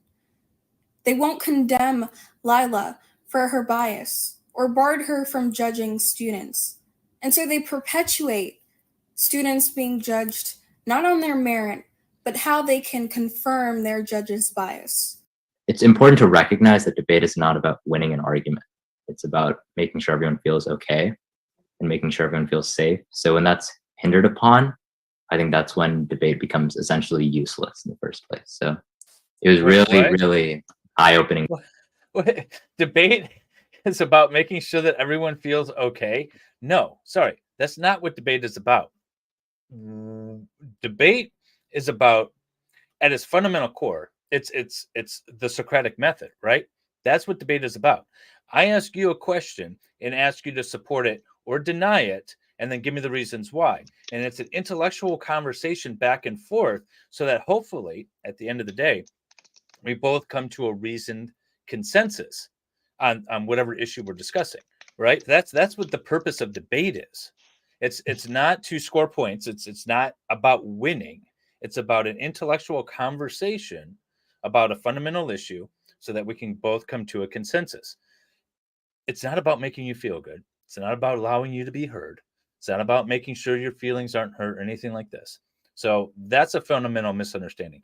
But I think the context is, if you are going to debate and you're going to be judged by a socialist Marxist, how would you approach the debate? I mean, how would you argue that particular issue? Now, if I'm being judged by a socialist Marxist, I think that girl was coming at it from the right angle. I'm just guessing. I that's what she's pandering to. Yeah. Is that what that is? Why do we care what the associates? Well, honestly, we don't. It's more of a look at what's going on in high schools. That's the context of what we're doing. The premise. Why do we care what the association thinks, though? Oh, yeah. No, it's so this is a topic given to high school kids, and that's kind of the that's the question, right? So now I am actually going to say that teaching kids to not pander, but discuss something with a socialist Marxist is a good idea. When I was in high school, I always say this: there's very little academic knowledge that I learned in high school that I use today. Most of what I learned that I use today, I learned in my undergrad and my law school.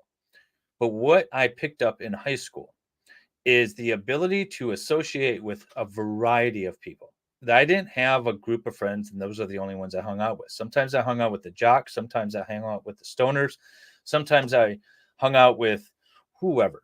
It was just a variety of people that I hung out with, depending on what my mood was and what was going on. Sometimes I hung out with teachers. I would go golfing with teachers. So being able to communicate and jump from group to group and find your place within each group and communicate with them and be friends with them was the most important thing that I took away from high school, because I do that now. I have, clients from a diverse set of groups. I've got poor indigent clients. I've got really wealthy business owners. I can, mingle with judges and other attorneys at law firms, and then or at bar associations, and then I can go hang out at a barbecue. I'm able to get, to communicate with a variety of different people. So the idea is you want to be able to do that, right? I mean, that, in my opinion, that's kind of a good thing, right? Because you're not trapped in this bubble. I married a Democrat from a socialist country. Well, not socialist, but very much of a nanny state country. She's from Sweden. I'm not that way, but we get along because we could both understand, like, hey, our votes are going to cancel each other out, whether we're married and living together or not. So what's it really matter? But I credit that to the ability to be able to communicate with a lot of different people. So teaching kids to communicate with social Marxists, I don't find is that bad, as long as you're doing it for the right reasons. You're not trying to pander or say like social Marxism is good, but teaching them to communicate with social Marxists, I think, is fine.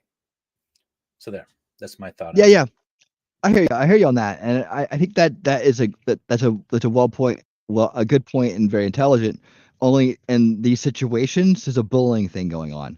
There's a systematic favoritism or privilege given to the I guess at one point in my day it would be controversial point, but now it's like more the mainstream point where they're giving up all these. They're bullying. They're allowed to bully the other side. Whereas that I was don't agree with bullying to some extent. Okay, so we talk about bullying, like state-sanctioned bullying. All right, let's think about it that way. The school is going to sanction bullying. I don't agree with. I think bullying could be a good thing, to be bullied and to bully, because you learn a lot by doing both.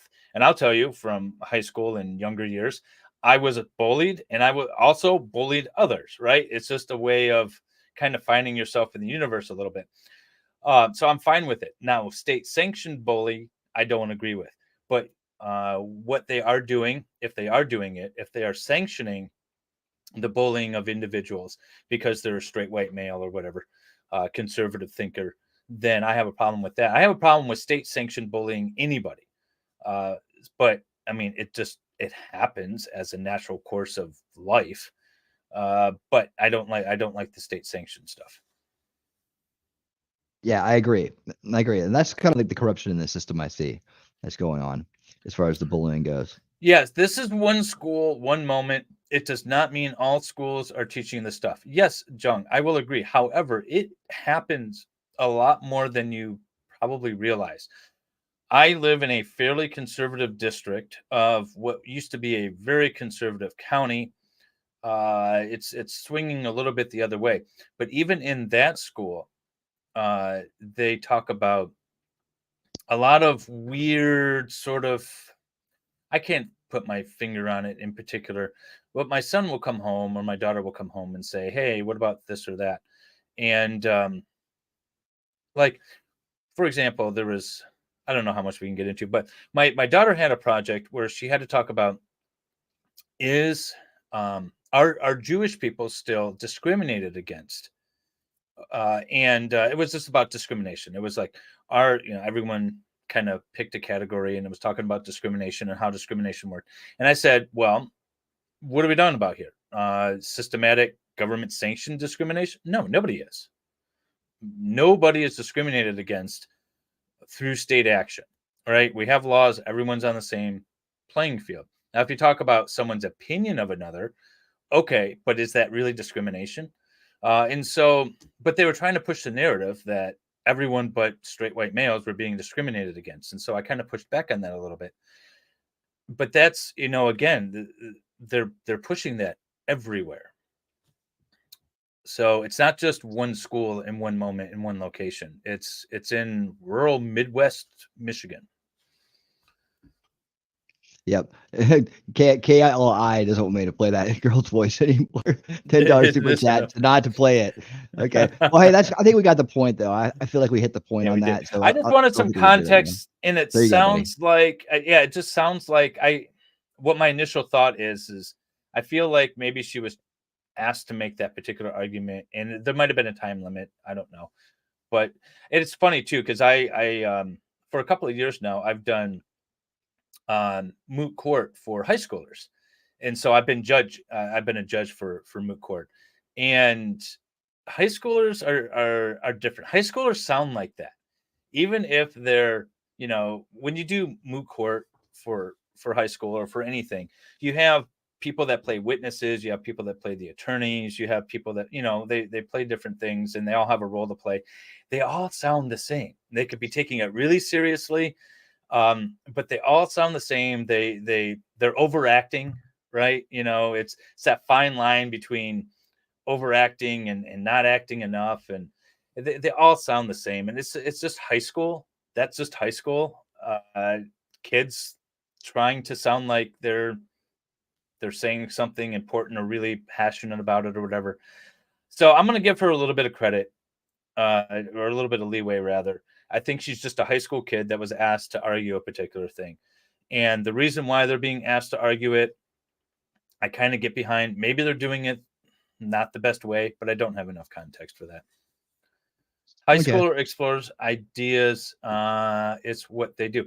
Yeah. And actually, so the first time I had any idea that maybe I wanted to become an attorney, or at least I was interested in the law, was in high school. I actually took a class on American legal system, and we had a mock trial, and I had a lot of fun doing it. And so I don't remember what side I was on. I just remember I kind of liked it.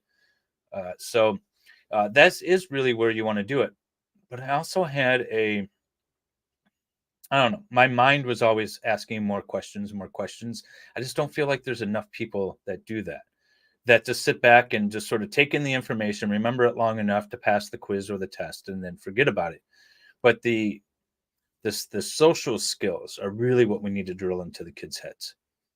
Get them working with a diverse group of people, get them to think rationally and reasonably about things, and start them at, I would say, even elementary school. But it can't be that this particular group is bad and we need to do this better. It just has to be why. Always why. Why do you think this? Why do you think that?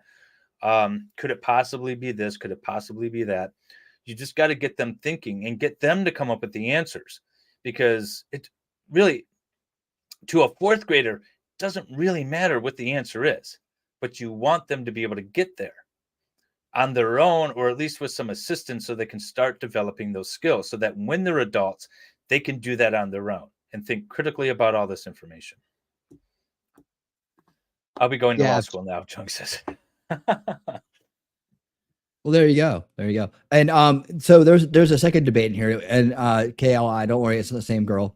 But this is his analysis on that, and then I want you to see what the second one has to say too. So we're talking about what's fair and whether people get an equal opportunity to speak on from all points of view. Okay. So here's this real quick. Yeah, so you seen that, you heard that. Okay. I know it was probably very difficult for the average person to keep up with what this woman was saying. Okay, it was pretty difficult for me to keep up what she was saying. I had to watch it like 5 or 6, 7 times for me to understand exactly what she was arguing, which her main argument was that the other team, basically the two students at the top left, okay, the white girl and what appears to be an Asian boy or girl, I really don't know. Essentially, because they have a white person on the team, that they cannot make certain arguments, right? That their arguments are invalid based off identity, rather than the argument itself, right? Basically, they don't have enough infinity stones of wokeness to make the arguments that they're making or to speak on certain topics and subjects. Now, again, this is the state of high school debate. This is what high school students are debating about, right? This is how they debate. It's not about for a young, this is a national debate tournament that was recorded. National debate tournament. So it's a lot of high schools, not just one. the Yeah, I mean, they have topic them all over the itself or place. any fact I was or just going to logic. pull It's up the about Cleveland one. Sorry. Okay, I'll stop. No, I was just saying, I just Googled high school debate and I come up with hundreds of videos for high school debate. 2019 national champion, 2023 debate out of Cleveland. They're all over the place. can't make X, Y, and Z argument because you ain't black, right? Or you ain't trans, or you ain't gay, or you ain't, whatever identity box, right? And if you're white, right, there's a very limited amount of topics you can speak on. Otherwise, you're racist. But the irony here is that the real racist was this student who, again, is trying to basically argue that the other team can't make an argument based off their race, right?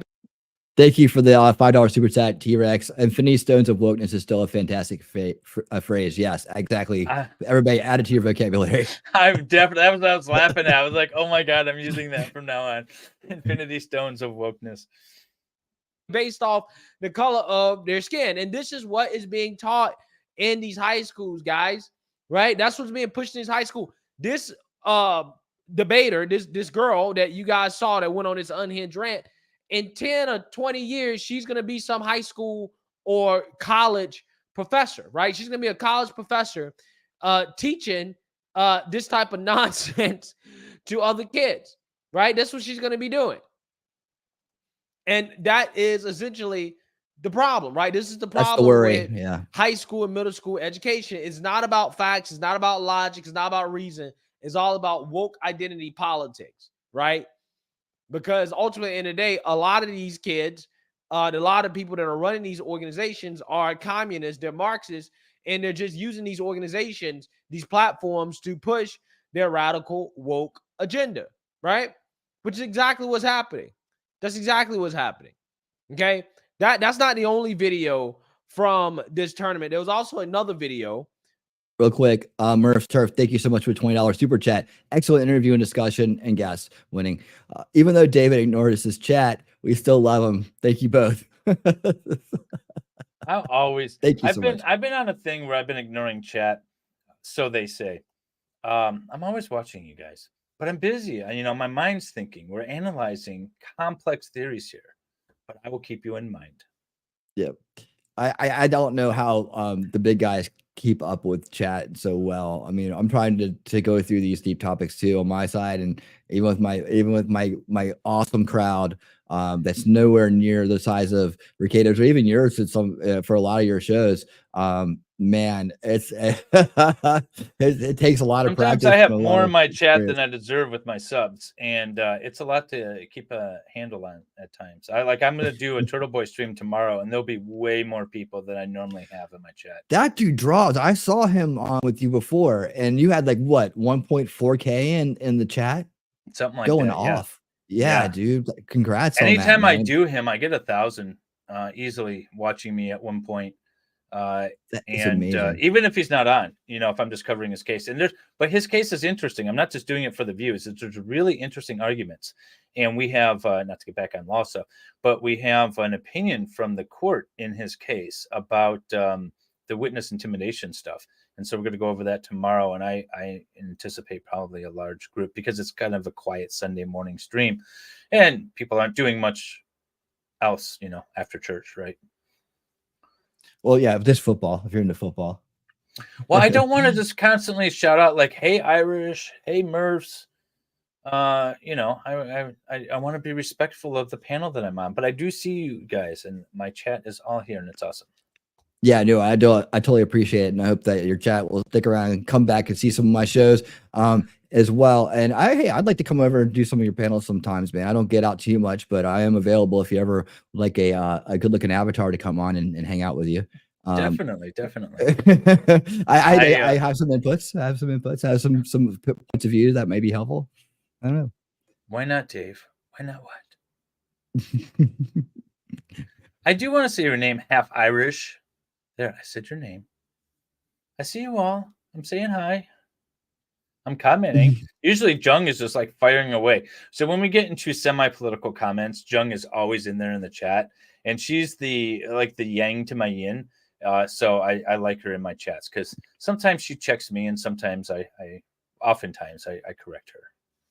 There you go. Mimsy likes your engagement factor. So yes, I do. I'm very much engaged with my chat. That's how I started really doing anything. I was so excited to see Jamie in the chat. She was my first chatter. And I pulled her up onto the panel because it was awesome to have someone to actually chat with. And since day one, I've been doing that. A puppy. I'm just an idea. You know that? I'm just an idea. So there's a vessel behind this idea, but I'm the idea. There you go. There's Butters. I can give you Butters. Is that good, Jung? But I'm not scary. I'm a good idea. One you should subscribe to and come and visit frequently on his live streams. But yeah, let's get back to this real quick, and then I want to hop over and talk about the justice system and Star Wars while we still have time. So, real quick, I just want to show you the other side of this, the next part, and he's about to hit it right here. That has gone viral as well too, in which they basically argue that, hey, I don't want to talk about the actual topic, which is the costs and benefits of the IMF. No. I'd much rather talk about how trans people are allegedly being genocided, because that's way more important than the actual topic that we're supposed to debate. The clip I played is from the 1987 ACTA protest in New York City. It was not the first and certainly not the last demonstration of its kind. It joins a tradition of trans and queer protest against institutions and to reform communities that are violent and exclusive. We are here to join this tradition in our own small way. So welcome to the protest. We are tired of how debate treats trans people. More than that, we are tired of the way that their treatment is normalized, how it is treated as a necessary byproduct of having good discourse. When a nationally ranked team is bold enough to read arguments and make trans people uncomfortable in front of an 11-person panel and not be called out for it, something needs to change. When a trans kid can go 3 years in debate believing being misgendered was simply something he needed to take in order to win ballots, something needs to change. When almost every trans person quits debate or considers quitting several times a month, several times a week, several times a day, something needs to change. First, the framework. Status quo political discourse remains fixated on the notion of the child, symbol of a future society we must protect. Baden 12. Politicians universally frame their debaters around the question of what policies are best for children, who keeps the child safest. Politics, however supposedly radical, is simply the universal movement of submission to the ideal of the future, to preserve, maintain, and upgrade the structures of society, and to proliferate them through for all the sake of the children. It is for this reason queerness finds itself missing from political discourse. Sound familiar? It should. Still having abstract policy debates in as violent and exclusionary a community as this constitutes something like reproductive futurism. They're obsessed with the continuation of a society for future generations while ignoring violence that happens every day in spaces like this one. See, trans people know that scenario planning is planning for a future they don't have. They're too busy surviving to participate in that game. Baden 12. Reproductive futurism, which demands that all social relationships be structured in order to allow for a possibility of the future, ensures that it's the sacrifice of all vital energy for the pure abstraction of the idealized continuation of society. Queerness must figure as being against the future itself. In the name of the future, any repression can be justified. This round is going to be a debate about debate. The button you're clicking does nothing to the IMF itself. Your choice instead is whether to affirm our performance. The role of the ballot is to vote for the team that constructs the best strategy for trans liberation in debate. Essentially, you are deciding, will you join the protest? Vincent 13. Debate isn't in of itself a performance. We must evaluate what a debater's performance does and justifies. Those with privilege in debate are never forced to have their performance attach them. Their arguments are viewed as words on paper. Our alternative is to occupy the debate space until trans debaters can participate safely. Movements are only effective if they create material incentives for those in power to change by denying the community business is normal. TOC Finals is the most important debate in the country. This round will be viewed by hundreds, if not thousands of people. Your affirmation here is the ultimate disruption of the debate space. COVID-19 to open institutions that have functioned as containers. You have to throw the usage into crisis. All right, are you following any of this? No. Because You know what this yeah. is? These are big. So they feel like if they say big words, they'll get points, and it'll make sense. You don't need big words. That's what like the making law simple. You don't need big words in order to communicate complex topics, right? So let's skip the big words. That girl is a Furby. You guys remember Furbies? Furby. That girl's a Furby. She's regurgitating something that she heard, and is like, she's told that this is what I'm supposed to say, and she's regurgitating. She's a Furby. Yeah. And she's using big words because she thinks it makes her sound important. It's like kids use swear words because they think it makes them sound important or cool or whatever. But you don't need to swear. You don't need the big words in order to explain a concept, no matter how abstract it is. That's, in my opinion, very poor coaching, right? Because all these debate teams have coaches. That's very poor. If she sat there and instead of getting like all hyper and using these big words, if she simply came out with a statement that misgendering our competitors puts them at a fundamental disadvantage because you're already essentially taking points away from them and treating them as lesser, and maybe subconsciously you're not listening to their arguments as much as you would have if you simply like accepted their gender or accepted their position. But we believe that you're not accepting their personally identified gender, and by doing so, and it could be intentional or it could be accidental, but you're kind of stacking the deck against them from the get-go, and we don't believe that's fair. Like, I can make that argument just now with very small words and less time and not so hyper exposed. That's poor coaching. I don't agree with her ideas at all. Right. At all. But I think that's what she was trying to say. I had a hard time following it. I'm a freaking attorney. I listen to people argue all day long. I read complex case law. I don't know exactly what she was trying to say. That's bad coaching. Yeah, no, indeed. And you worry about it because that's the future, right? You're like, well, these are the smart kids. These are the ones that are really involved. They're not the ones out there. They decided to go take bong hits after school instead of they went to the debate club. But I want to shout out Nacho Kitty over in the Rumble chat. Nacho Kitty OG for the channel over there in the Rumble chat. Always love to see my Nacho Kitty, man. So happy that you're here. So it's a I like KLI. What's that? Hold on. No. This one? Yeah. No big words. How disenchantifies. Oh my God, I can't even say that word. You know what? Skip fucking big words. Disenchant franchising. Disenchant franchising. Yeah. But yeah, no. It was word salad. It was regurgitated phrases and words and buzzwords and things like that. It's like corporate speak, right? So this girl, she's gonna go on to college, she's gonna graduate, she's gonna get a job at like middle management, and she's gonna be all about the corporate speak, and she's gonna find a spot, and she's gonna be just fine living in her ticky-tacky house. That's the system that she's in. She's not gonna get any further than that.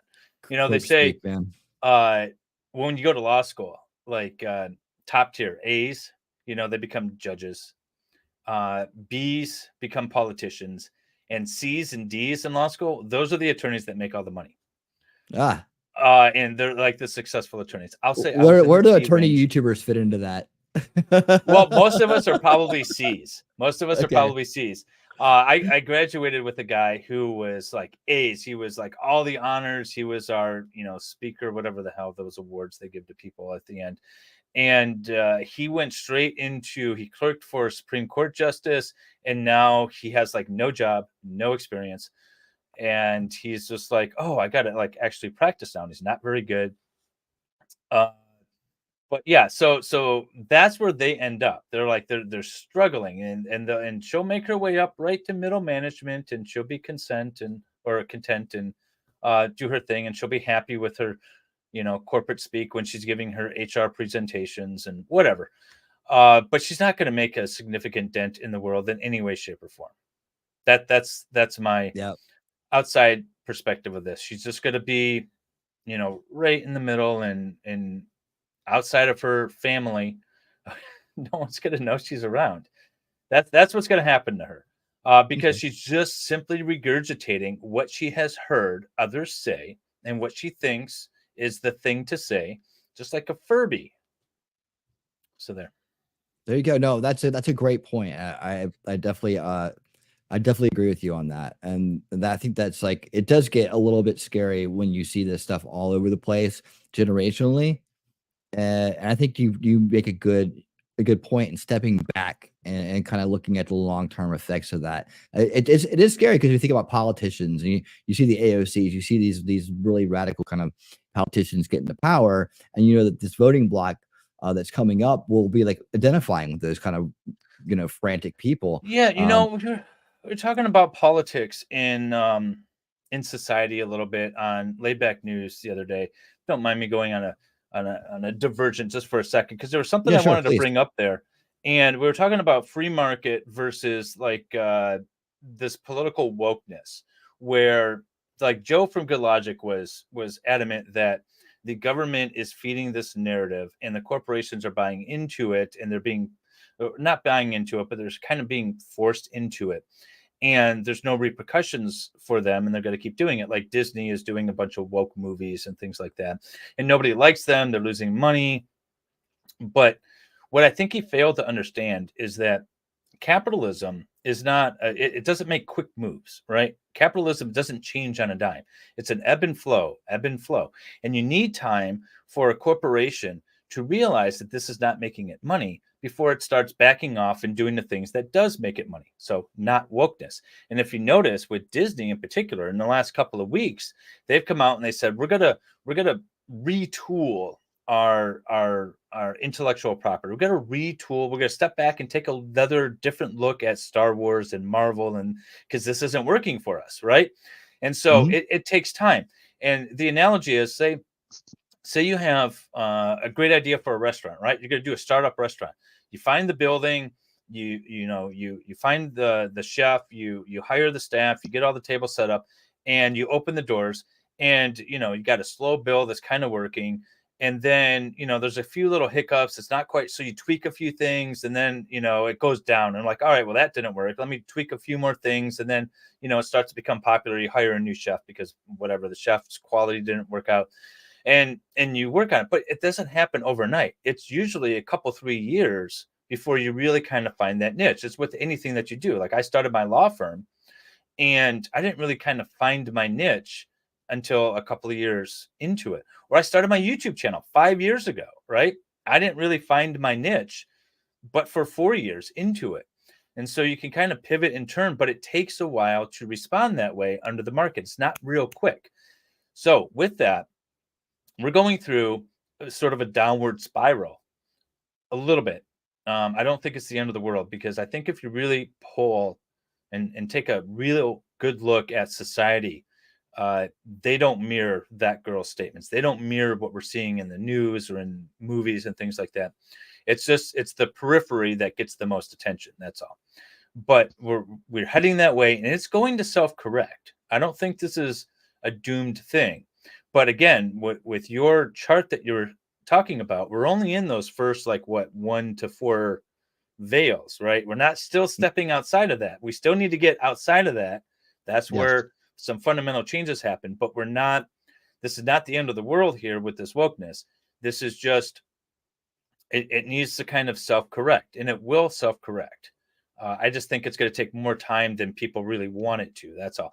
And in reality, it's generational. It is generational. Yeah. You know how you get rid of all, the people that were racist against African Americans? They died. That's what happens. You don't get somebody to change their mind. the generation has to die out. And then the new generation is a little bit more accepting of something. And so you have to wait for the next generation. Gen Z, oh my God, I feel so bad for them. Now, I do blame the baby boomers for starting this sort of wave of tolerance, right? We have to be tolerant of everybody. And then so Gen X, which is my generation, we kind of got, you know, a little more tolerance from our parents than the baby boomers got from the greatest generation, right? But then you got the millennials, like my kids.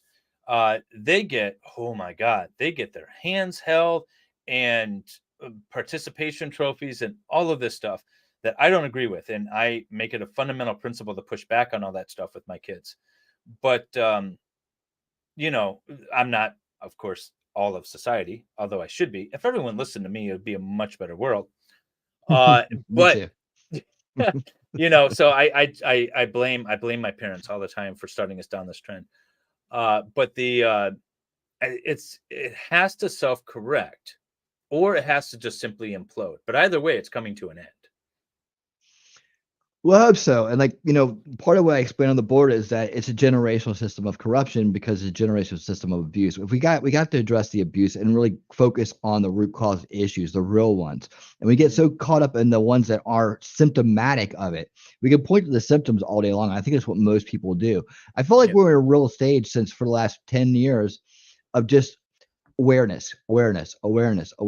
Well, in order to make a decision, you have to go through the buyer's journey and decide to make that decision. The buyer's journey is awareness, research, consideration, then decision. And then once you make a decision, you actually have to follow through with the decision. You have to implement the solution. You have to go through the implementation process, right? So every time you make a buying decision, whether it be an idea or a product, you go through the buyer's journey. First, you have to know about it.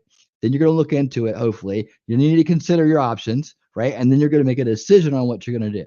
That's how all marketing and sales works. Yep. And I'm a creature of two worlds when it comes to that buyer's decision, because I am notorious for having my Amazon out and say, oop, buy. We were up in Mackinac. My wife races sailboats. And one of her crewmates had a pair of pants, and I was like, "Ooh, I really like those." And by the time I came home from Mackinac, I already had 2 pairs delivered by Amazon. So that's like a spontaneous, thing awesome. Like that. And my wife is always getting on me. She's like, "You're always ordering on Amazon." But then at the other time, like right now, I'm building a sailboat, and I have been collecting the tools and the material for that for like the last 2 years. And so I'm very careful in my selection of other things, but a pair of pants I don't care about. So I'm a creature of both worlds, where I really take the time and do the research and do that stuff when it's important. But when it's just sort of like, it's a pair of pants, I'm like, ooh, click. Like I just bought, Amazon delivered like 12 packages today to the house, because I was just, the other day I went through kind of like, ooh, I need that. Ooh, I need that. Ooh, I need that. So I'm a creature of both worlds. So it's interesting, but you do go through that process, and everyone does. The other thing, I think we're on the right path, and I think that's like death throes, right? I think this wokeness and this political controlled media is in its death throes. I've been rewatching South Park lately. Oh, and cool. I started back at season 9, and I've been watching all the way up through. And then in what was it? It was in 2008 or 2009, whatever season that was, because Obama had just gotten elected. And that season, they were talking about the kids wanted to like make money off of YouTube, and they go to this agency where they're like, "Oh, where's my internet money? You know, I'm here to pick up my check for internet money." And it was all these guys. It was like Star Wars Kid, and remember all that stuff. And they were talking about how hard it is to make money off of the internet, but in 10 years' time, you're probably going to be able to do it. And it got me thinking, yeah, you know, there's a lot more news sources out there on YouTube, and a lot more people rely on this and podcasts and decentralized news media. In fact, I'm going to do a stream with a local YouTuber that used to be in terrestrial radio. And we're going to talk about all this. But I think there's a huge move to decentralized media to the point where the government and mass media that's kind of at the government's beck and call is going to have a lot more or a lot less influence over people than ever before. And we've been on a trend with that. And so I think we're starting to see kind of the end of this and hopefully an expansion of rational thought through independent media sources like YouTube, Rumble, whatever, even TikTok, right? I'm not anti-TikTok. I love TikTok. If there's a war breaking out, I go to TikTok for the footage because I don't trust media. I don't trust any other source other than TikTok. I want to see the people that are holding their phones in their hands doing live TikTok streams. That's where I want to get my information from. If there's, battles going on or people being attacked somewhere. So it's about people having more choices, making those choices. And I think we're at a place where that's starting to grow. And the mainstream, we're going to sit down with Walter Cronkite at night and learn what's going on in the Vietnam War. And that's the reality because Walter said it was. Those days are long gone. I think we're on the right path. And I think this is like the last of the death throes from this woke culture media. At least that's my hope. Yeah, I think so. I don't know. They seem to always kind of escalate things and push them forward, though. If you remember political, well, what they do is they start charging us with crimes. That's what they start doing. If you report on something that's anti-narrative, they start charging you with a crime. And when they start charging you with a crime, something's up. That's for years the government charging people with crimes for protesting or stating the truth has been the tool when they're scared, right? Talk about during the Cold War, they would charge people that were considered communist, right? During the civil rights era, when we were working our way through that, they would charge the political protesters with crimes. Now we're in this anti-wokeness that we're trying to push through, and they're charging people with crimes. If you go against the state narrative, now your witness intimidation, your whatever, you're slandering people, you're defaming them, and you're going to get sued and all this stuff. This is when they're running scared. That's the sign that I see, that they're charging people criminally and suing them civilly for all this stuff. That's how you know that gets if into there's what a I want to problem. talk to you about next. Yeah, that gets into what perfect segue right there. Perfect segue. I was waiting for it, and there it was. The justice system itself. I see it's so corrupted right now. It's such a shambles, in my opinion. I've never seen it so bad where it's openly fraudulent and shamelessly fraudulent. And we see so many cases these days, the way they're brought, the way they're being handled. I can go to the top level ones. I'd say the federal justice system, but it trickles down, doesn't it?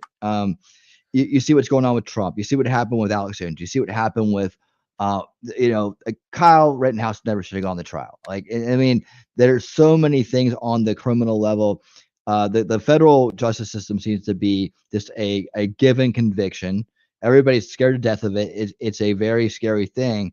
And it seems to be getting worse, where now political opposition to the establishment is able to get rammed through and be treated very unfairly and become a spectacle. And with living praises, it shows that the establishment is corrupt, right? Well, what do we do about that? As a lawyer, as a thinker, as an analytical person, what do you see is going on out there, and how can we start to implement or consider solutions to fix this problem?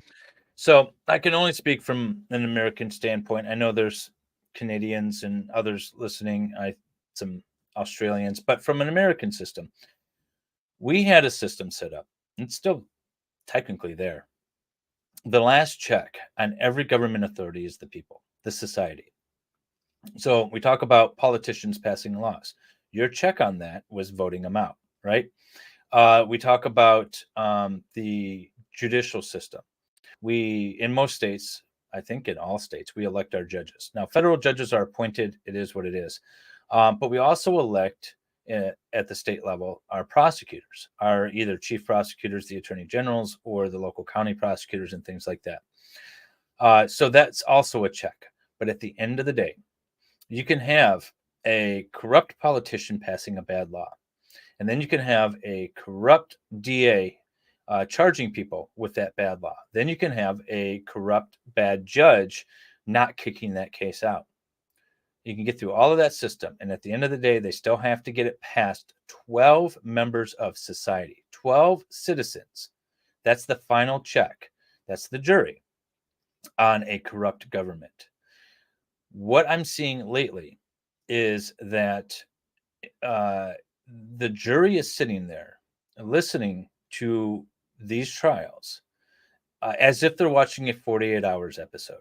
All right, you sit down, you watch a 48 hours episode, and they say, oh, so-and-so was killed, and the husband is under scrutiny, and you're going to sit back and you're going to eat your bonbons and popcorn. You're like, ooh, tell me an awesome story and filled with drama about how this guy did it. And then we'll vote to convict, because obviously this guy did it because you charged him. That's what I see jurors doing today. And so the way to fix it, it's an easy solution. It's going to be hard to implement. You need to change societal views on the role of the jury. You are the final check on government corruption. You are the final check on this system. And if we can get a fundamental change on that, then it doesn't matter if the prosecutors are corrupt, or the judges are corrupt, or the laws are stupid. You still have to get it past 12 members of society that are going to say, no, this is dumb. We're not going to convict this person for this. Rittenhouse had to go through trial. It's horrible. A lot of money, a lot of shame. He was defamed all over the place, but at the end of the day, he was acquitted. Zachariah Anderson had a different outcome. He was convicted, and with the same judge in the same courthouse, and for very different prosecutor, but it was Gravely as the chief prosecutor. But it was a different, obviously, panel of jurors. And so it was the jurors that really convicted, that sort of failed Zachariah Anderson. It was a failure of that last final check. I mean, there was a bunch of failures all over the place with Zach Anderson, but that was the last final check, and that final check failed. Now, if you get to that point, like we had a judge locally here where the prosecutor, our local prosecutor, said, we are trying every DUI case. We're not going to plead them. You plead straight up, or we go to trial. It used to be like, oh, you would plead to a lesser offense and things like that for a DUI case. And we got an elected prosecutor one time that said, nope, we're doing no more plea deals on DUIs. You either plead straight up or we go to trial. So the judge got stacked up with 30 trials. And the judge's like, I can't possibly try all of these cases. There's no way I can try these cases, because there was no risk to the defendant to go to trial. You're either going to be guilty of DUI, guilty of the lesser included, which is visibly impaired, or acquitted. 2 out of the 3 is better than what the state's offering you to plead to, right? So, you take those odds every day in Vegas.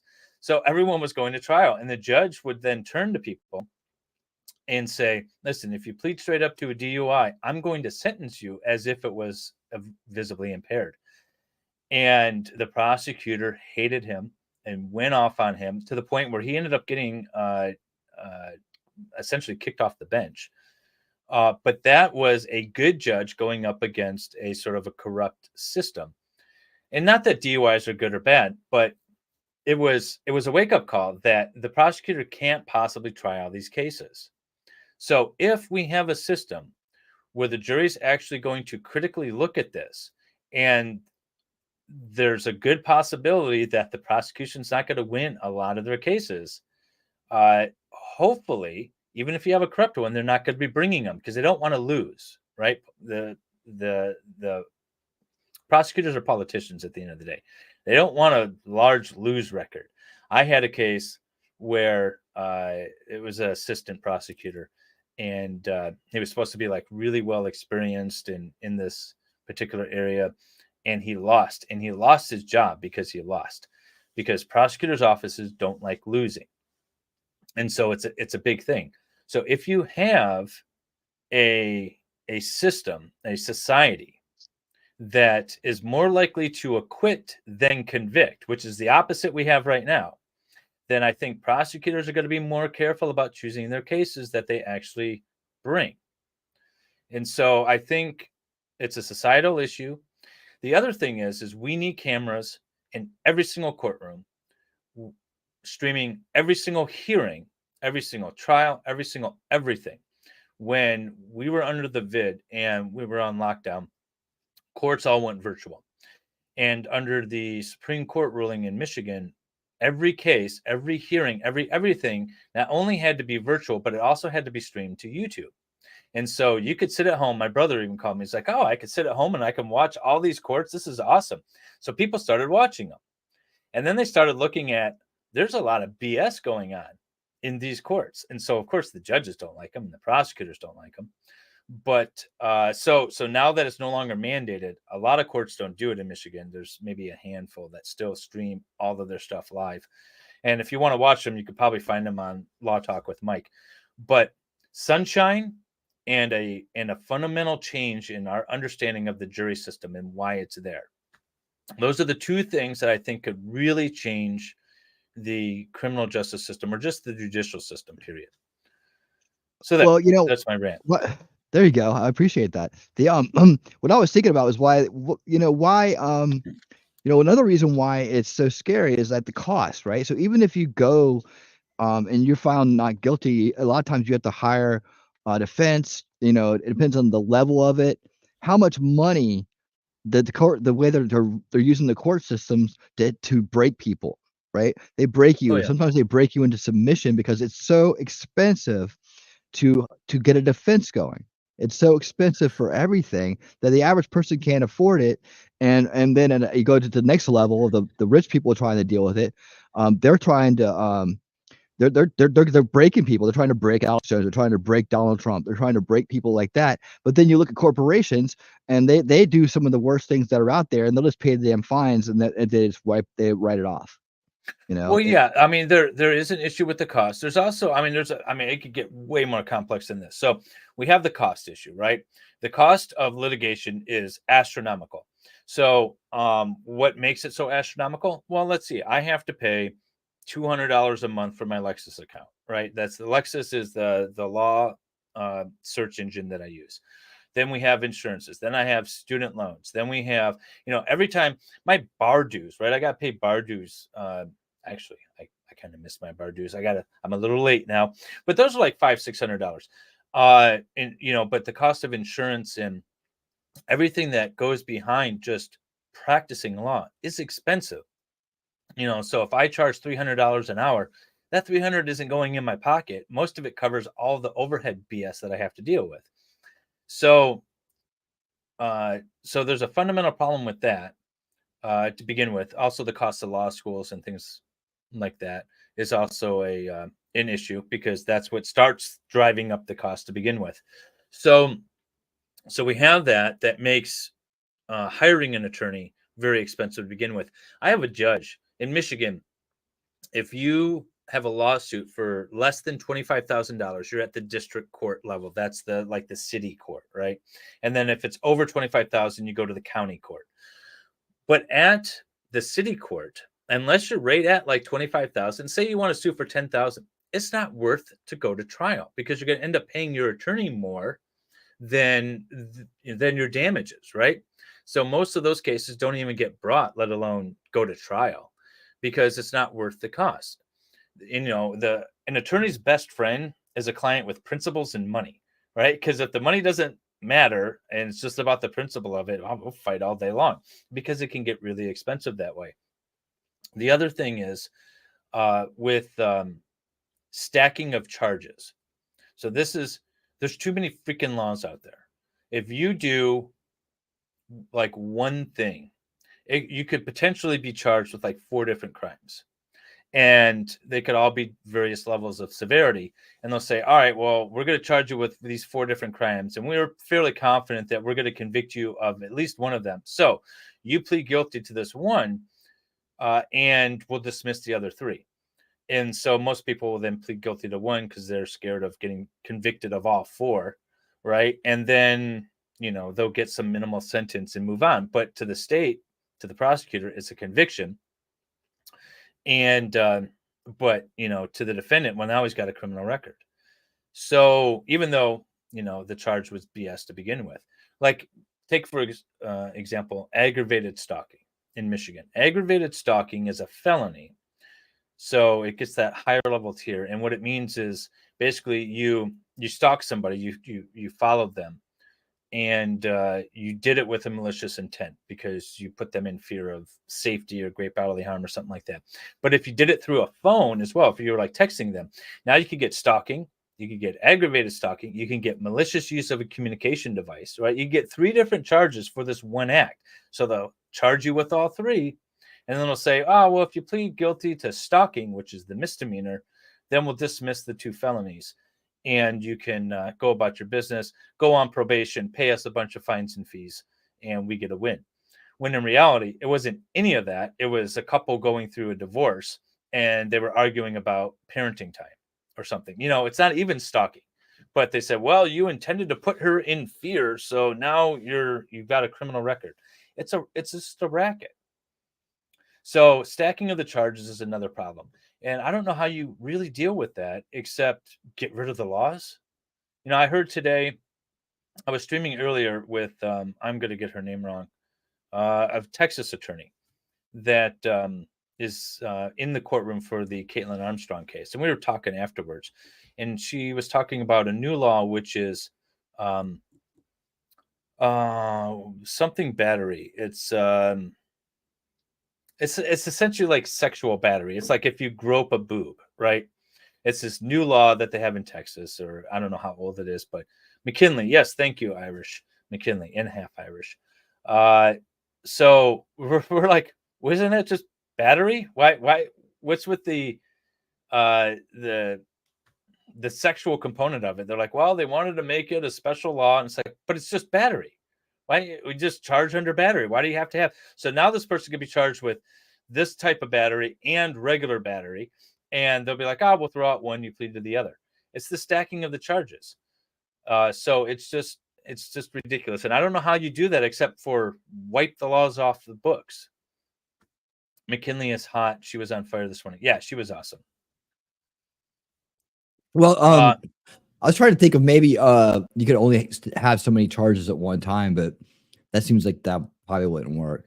Well, I mean, so like the problem is okay, so you have a defendant that steals a car and steals a gun, and then to go rob a bank, and then robs the bank, and in the process shoots somebody, and then runs from the police. Right. All right, and then is eventually caught. And when he's caught, he fights with the cops. Okay, so you have Grand Theft Auto, you have depending on where they got the gun from, robbery or whatever it may be, and then you have the robbery of the bank. Then you have the assault and the murder of the person that you killed, right? Then you have fleeing and eluding, and then you have assaulting an officer. Those are all separate things, but so you get that, right? That's like 6 different charges.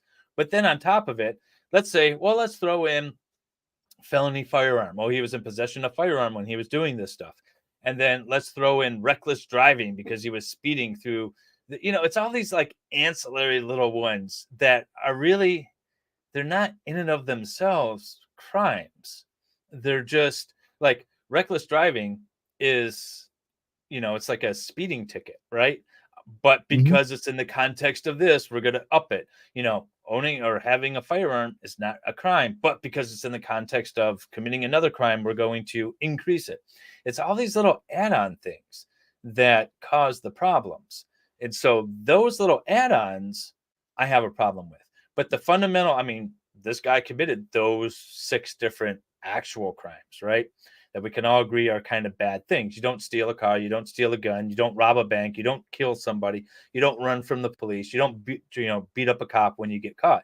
Right. It's all these little add-ons that are problems, and they sound good on paper. They're like, well, we need to get guns off the streets, right? So what we're going to do is we're going to add these enhancements that if you're caught committing a crime and you are in possession of a firearm at the time, then no matter what the crime is, it's a felony now, and you're going to get 25 years. Okay, sounds good on paper, but it really doesn't work, does it? And in theory, under the federal law, if you're using, say, marijuana legally under state law and you're carrying a gun, you are not only violating a federal law by having the marijuana, you could actually be charged with a federal firearms law, and you can go away for like 30 years because you're breaking a federal law while in possession of a gun. So if you are using marijuana and it's legal in your state, probably don't have a gun with you, because who knows why? They could just decide ATF or whatever can roll up on you, and now all of a sudden you're looking at 30 years in the federal pen. So I don't like all these little add-on things. That's the problem I really don't like. It's always up to the DA to add charges. It is up to the DA to add charges, but the DA wants convictions. So they'll stack 10 charges on you, and they'll say, hey, I got 10 charges on you. Now, Michigan serves everything consecutively, right? So you don't, or concurrently rather. So you don't, like, if you get charged with 5 crimes, whatever the sentence is on the most severe one, that's the time you're going to serve. You're not going to serve like the 6 years plus the 4 plus the 20 plus, it's going to be 20 years. That's it.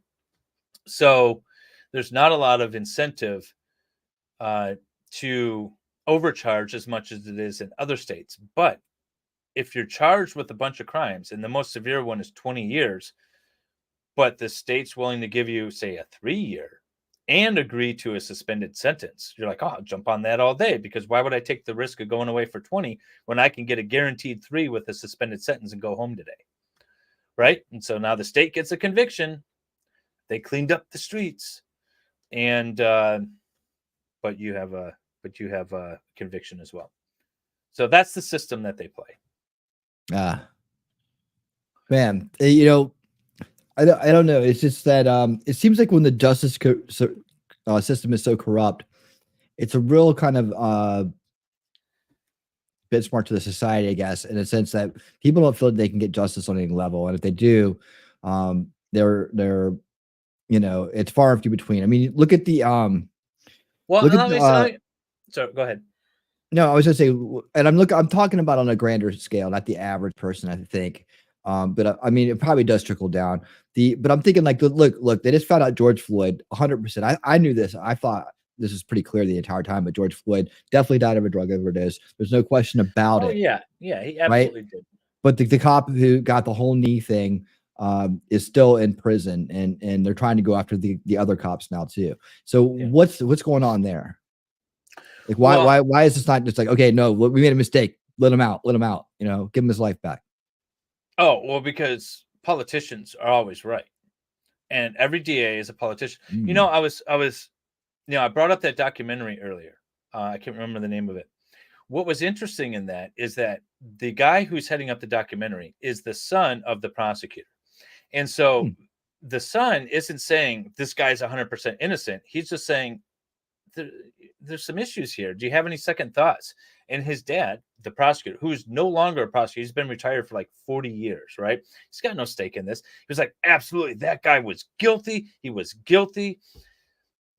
They don't like being wrong. There's cases that are clearly, I have to say, DNA exonerates them. If you're failing, to the prosecutor or the DA or whoever, that their feelings don't count. This isn't about your feelings. Right. I wouldn't like it.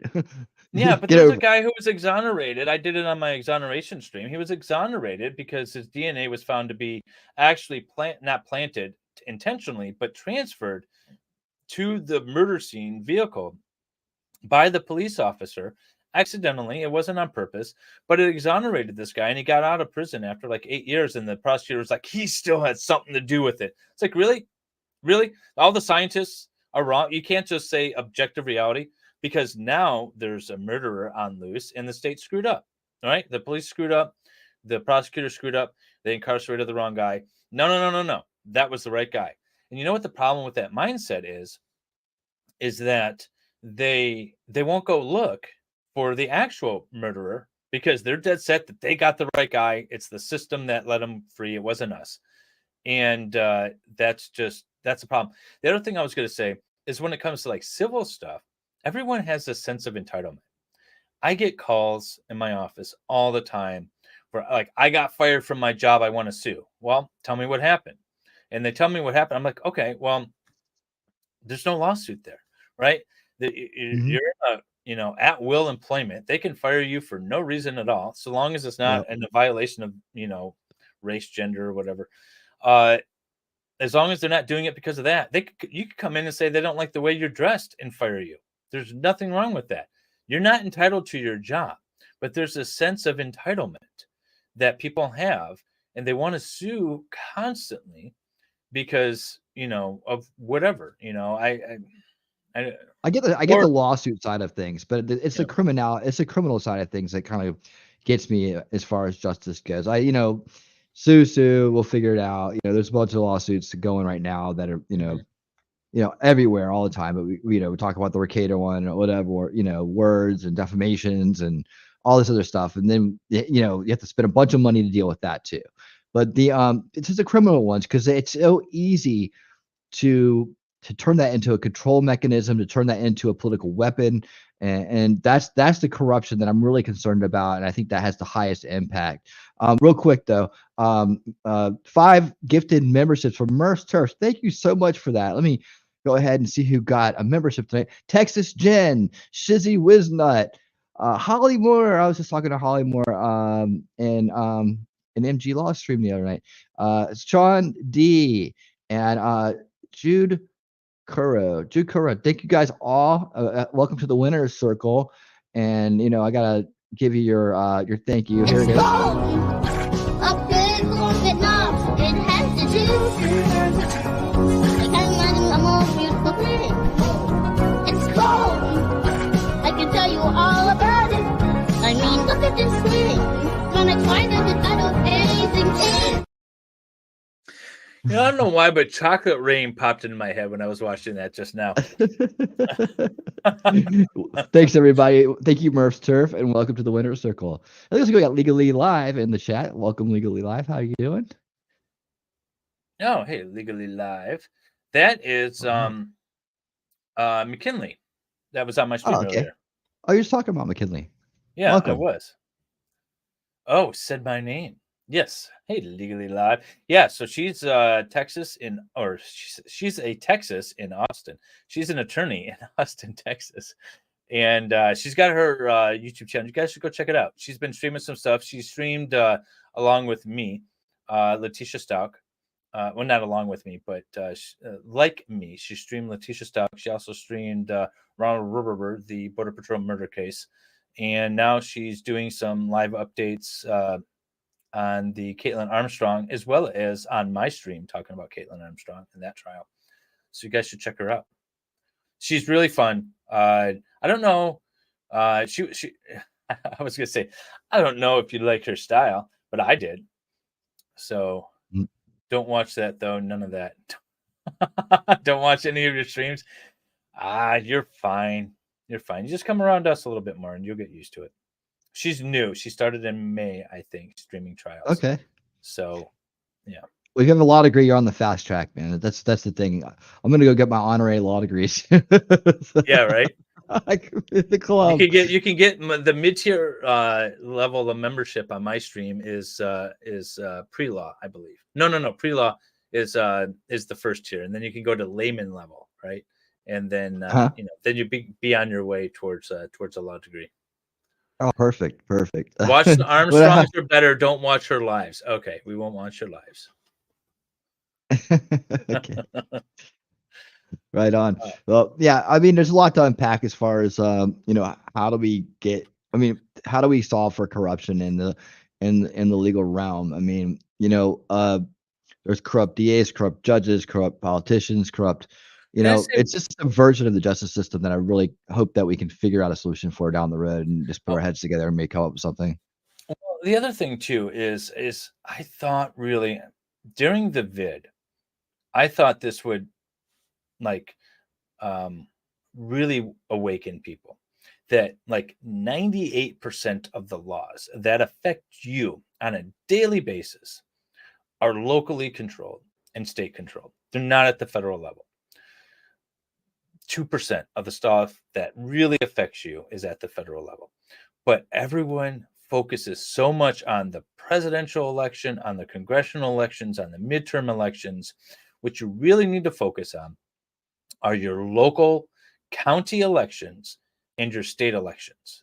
Look at who you're actually voting for the prosecutor, for your city manager, for your mayor or whatever, if you don't have a city manager, or township supervisors, really, I was going, whatever, those levels, your county commissioner, your local representative to the state, your local senator, and to your governor.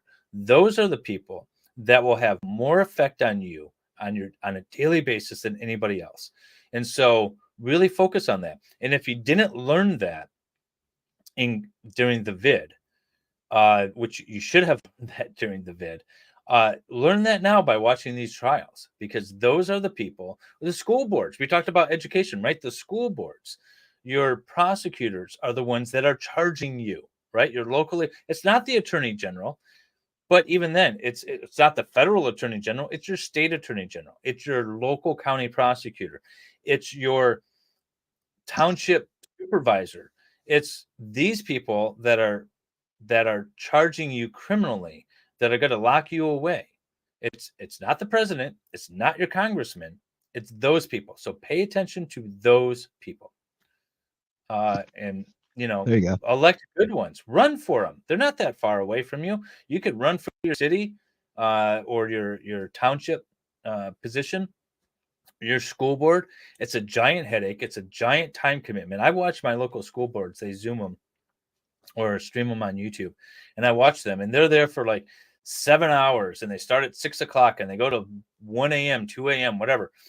It's kind of an annoying commitment, but those are the people that are going to make a difference in this whole system that we've been talking about tonight. So you really need to participate and vote and know who you're voting for and educate yourself on those individuals. I have a thing. I call them up. If they're running for office, they have a phone number. I call them up and I ask them direct questions. And if they don't call me back, they don't get my vote. And I've had very few people not call me back, whether it's your state senator, state representative, or your county commissioner, or judges that are running. I call them up and I say, what are your thoughts on this, this, this, and this? And I don't take their answer for face value. I listen to how they're answering because I'm judging them constantly. But pay attention to those people. No, that actually is a really cool thing to know. And I was thinking while you were saying that, that's a little something you can put out to people. Like put out a way to do that. I'd like to hear the questions that you ask. I'd like to hear the way you analyze them. And that could be a guide for everybody to kind of follow. That might be the start of the solution right there. Just understanding how to get and communicate with the local people, the people you're going to vote for. Take the time, pick a Saturday or a Sunday, make those calls. Maybe pick a Monday or something. I don't know. One day that you can, and just make those calls. And I'm going to follow these guidelines here from MLS. And I'm gonna ask these questions. I'm gonna listen to how they answer. I'm gonna think about it, and then I'm gonna talk to other people about it. Did you know I called so and so the other day, and I actually asked these questions? That's impressive. That's a great conversation to have with your friends and whatnot. Really, you called the damn guy running for office? Yeah, you know that he's about this, and this. I'm definitely gonna vote for him, or I was gonna vote for him. Then I found out this. So I said before, my wife is Democrat. She makes no secret about it, and I'm not. But there was a county commissioner that was on the conservative spectrum. And I filmed some of his stuff, and I went to a little meetup with him, and then I played it for my wife, and she was like, "Oh, I don't like how he mentions Trump so much. I like everything else he said, but as soon as he mentioned Trump, it turned me off." And so I messaged him and told him that. And he was like, "You know what? I appreciate the feedback, and I'm going to tone down on the Trump stuff." And so they're responsive. The other thing too is it's not so much the answers to the questions. Like, I had this list of questions when I was after my divorce, before I married my current wife. I had a list of questions for potential mates, and I would go through the questions, and I didn't care what the answers were. I wanted to know how they responded, and a good example of that is, I asked point blank if you voted for Trump. Not because I want to marry somebody who voted for Trump. Obviously, I didn't, right? But I wanted to get the response. If the person was, no, I didn't vote for Trump because of this and this and this, fine. I can listen to that. But if they got like angry at me for just mentioning the name, that wasn't someone I was going to associate myself with. Or even vice versa. If they were like, oh, hell yeah, he's our savior. If they were like super kind of like Trumpers, it's probably not going to work for me either, because I'm sort of I can see both sides of the argument sort of thing. So it wasn't so much the answer, it was how they responded. And so that's when I say it's not the question and it's not the answer, it's how they respond to it that I'm listening for. So, but that's a good idea. I might do a stream, but we're a one-party consent state. So when elections come around again, I might start recording some phone calls with some local politicians and kind of walk through it, and that might be some good content. Just to give an example of how you do that. Absolutely. No, absolutely.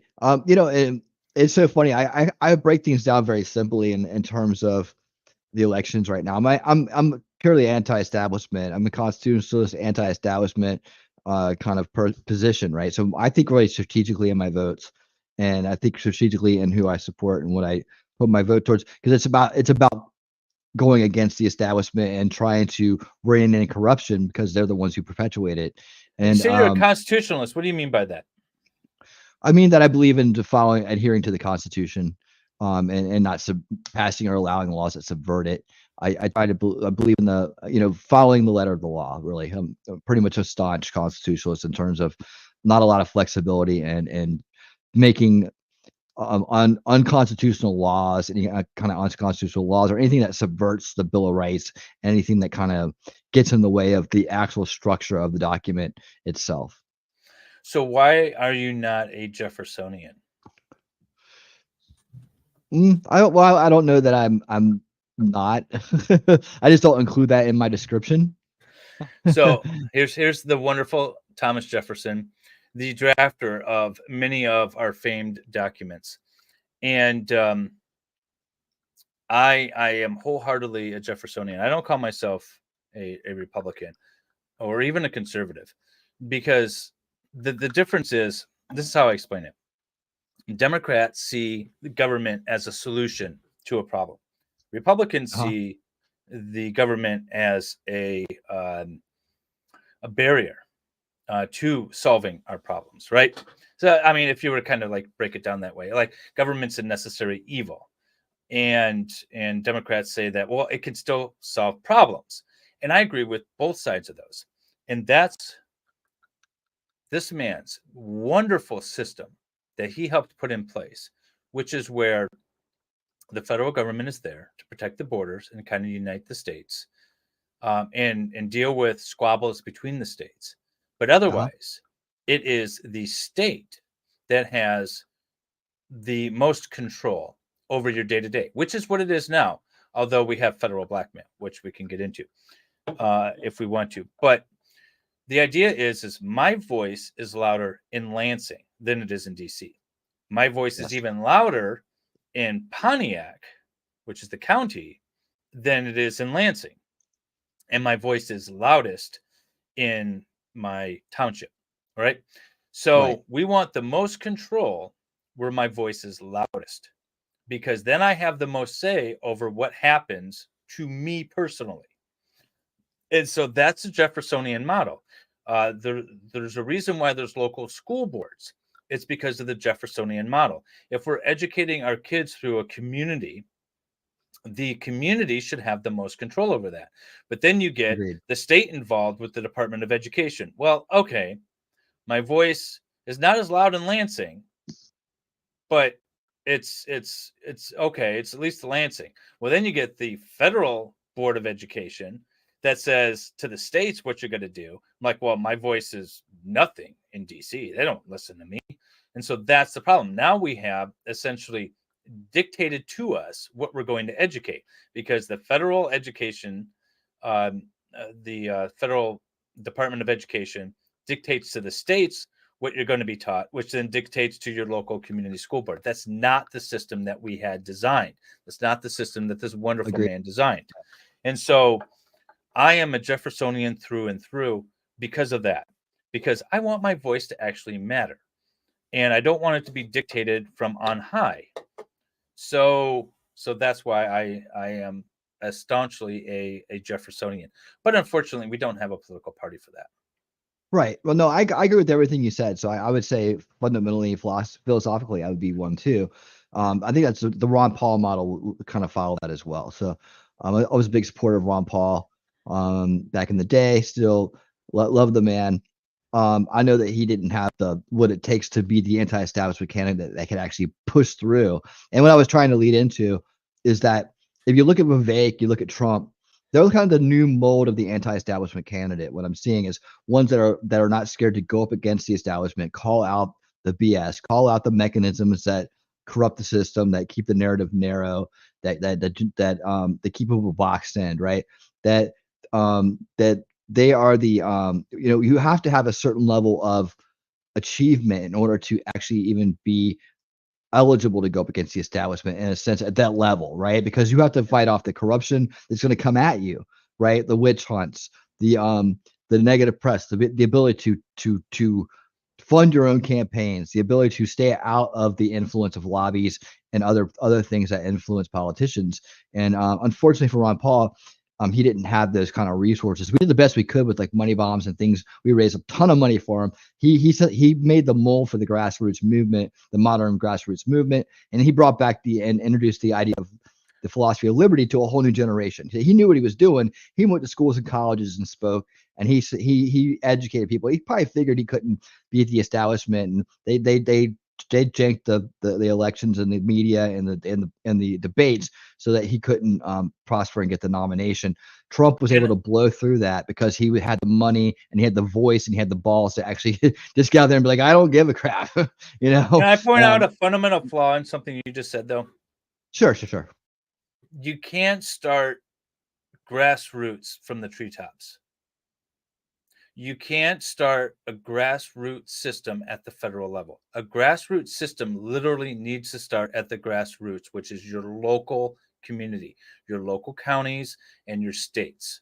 That's where the grassroots needs to start. This was a grassroots movement for the presidential to try to get. Oh, I see what you're saying. Okay. Yeah, to try to break the left-right paradigm. There's a false left-right paradigm. As we know, we both of us were born into, all of us, unless you're being born today, we're born into this left-right paradigm that where we had the neocon rhinos on the right, and you had the Democrats, the neoliberals, whatever, on the left. And they all work together, but they pretended like they were at odds with each other. So you have this like WWE face versus heel kind of like scripted Hollywood production going on, and we all bought into it, thinking that they were not all furthering the same agenda. See, I started catching on when I realized that they never would go back and erase the mistakes of the other party. They would leave them in place. So they would just keep furthering them. Then you see the foreign policy, right? Obama made that very clear when he came in. He kept pushing the neocon foreign policy straight on out.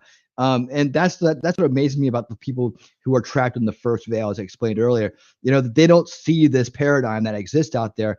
They just see Republican and Democrat face heel, right? I want to be with the good guy, so I'm over here, and that's what I'm going to be, right? And everybody who's with the heels, they're evil. They're just evil. So that's the game that's being played, that the mind control kind of information game that's being played and programmed into kids from a very young age. And you either have the brain and the luck or the family to bust yourself out of that, or you get stuck in it for potentially your entire life.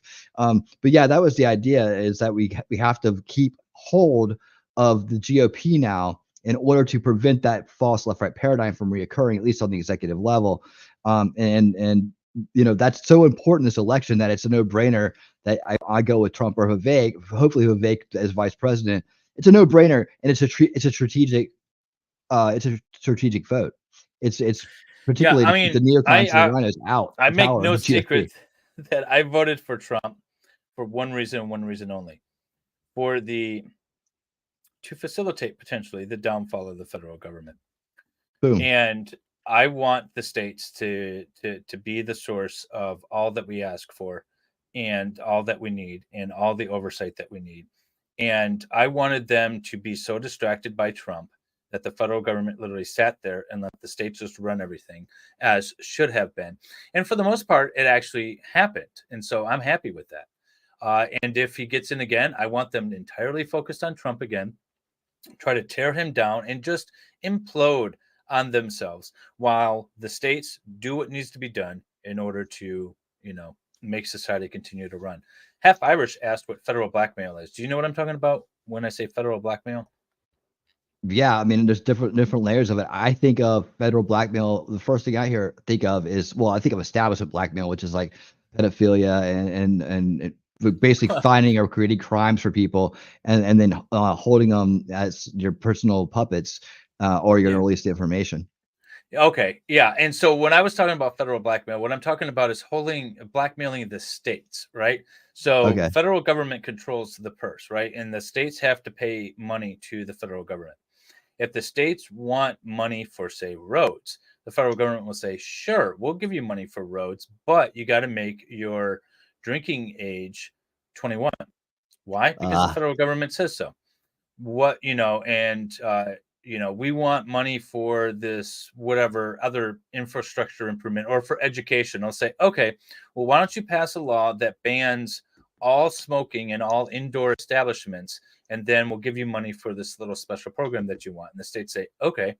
It's that federal blackmail that way, where they're blackmailing the states. The other thing is we need to repeal, is it the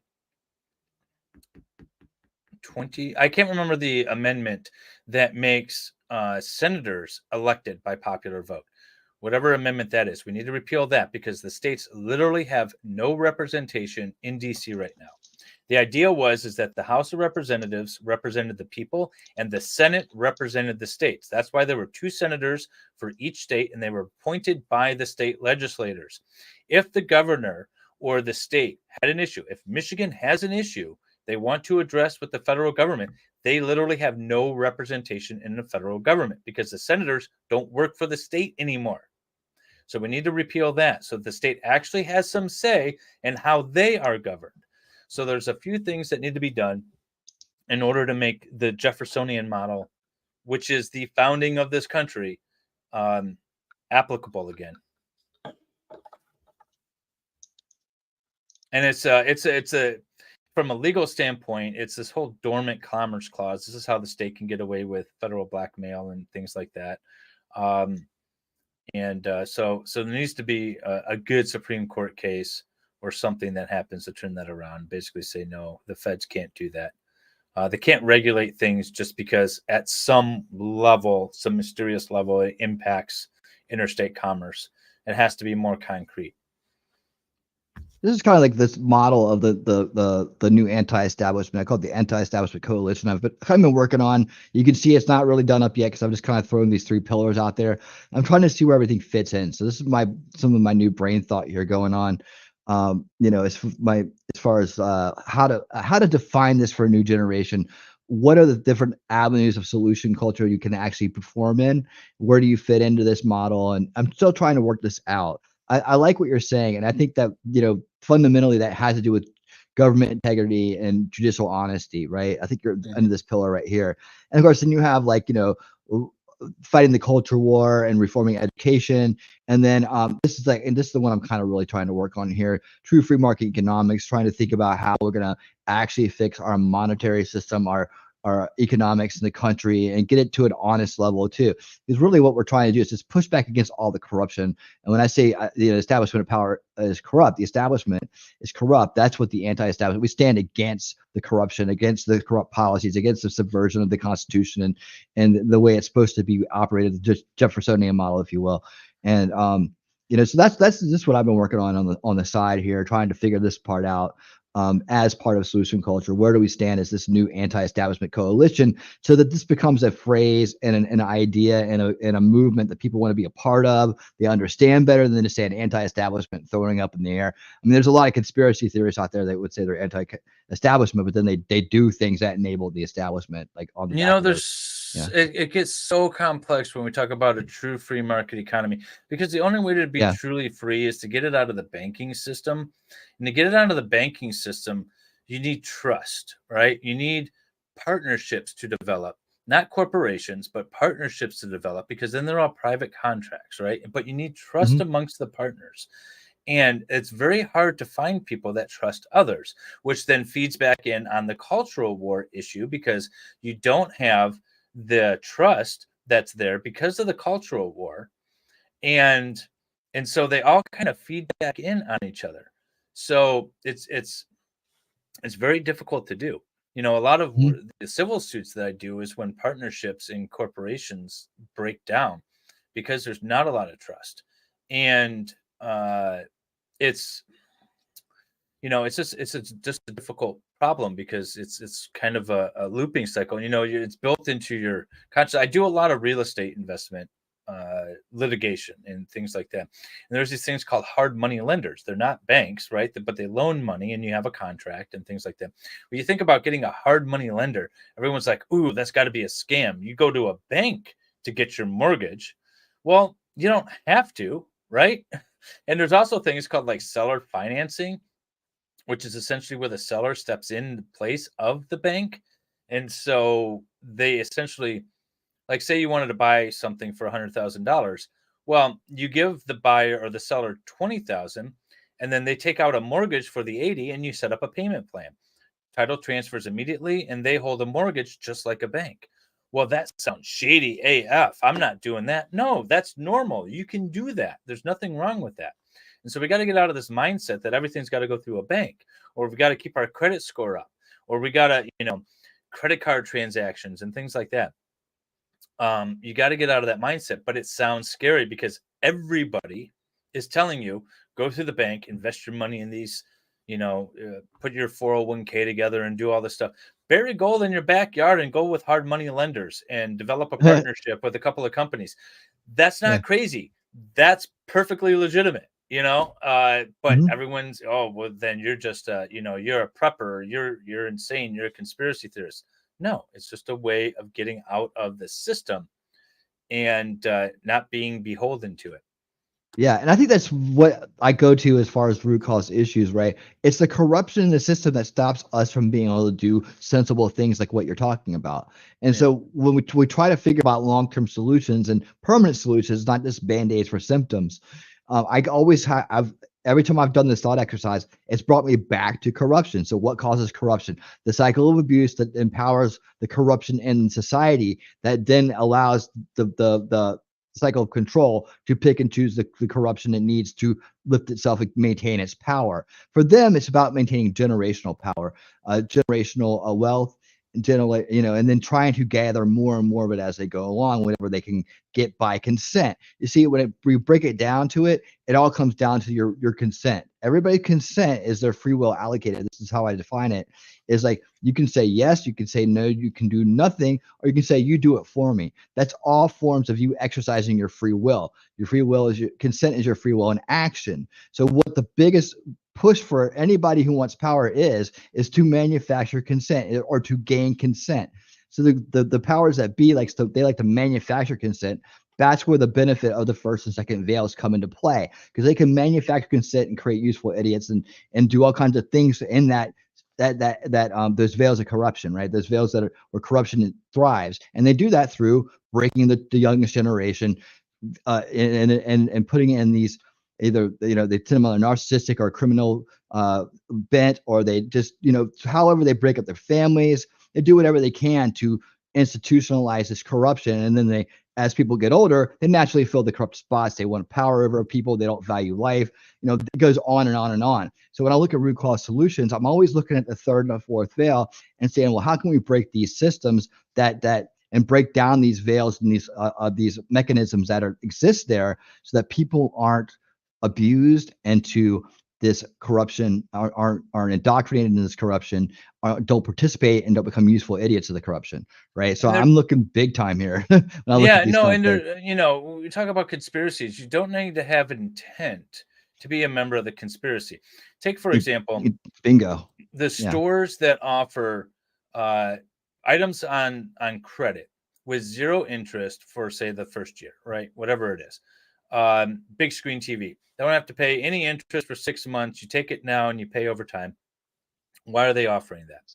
Well, they're offering it because the vast majority of people don't pay on time, and then they can charge this enormous amount of interest. Now, the stores that are offering that are looking at either getting the item paid for or getting a large amount of interest. Either way, they're making money, right? So they're making money. Now, they're not conspiring and saying, well, then we're going to get people looped into the system, but other people are taking advantage of that. And the reason why those other people can take advantage of them is because it loops you into the system where you're going to get credit and you are going to buy things that at the end of the day, you don't freaking need. You know, we talk about the cost of living is so high today. Take out inflation, and the cost of living is still super high today. And the reason is because when you go back to the 50s or the 60s, you had not everyone had electronics. You didn't have the internet. You didn't have all these extra fees. You had one television. You didn't have a television in every room. You had only one car, right? We want. I'm looking at 3 computer screens right now, right? So it's the materialism that drives it from the end, and that's a societal thing. It's we live in a disposable community, and that's a problem. Like I fix things around my house. Like if the dishwasher breaks, I fix it. I buy the $20 part instead of buying a new $600 dishwasher.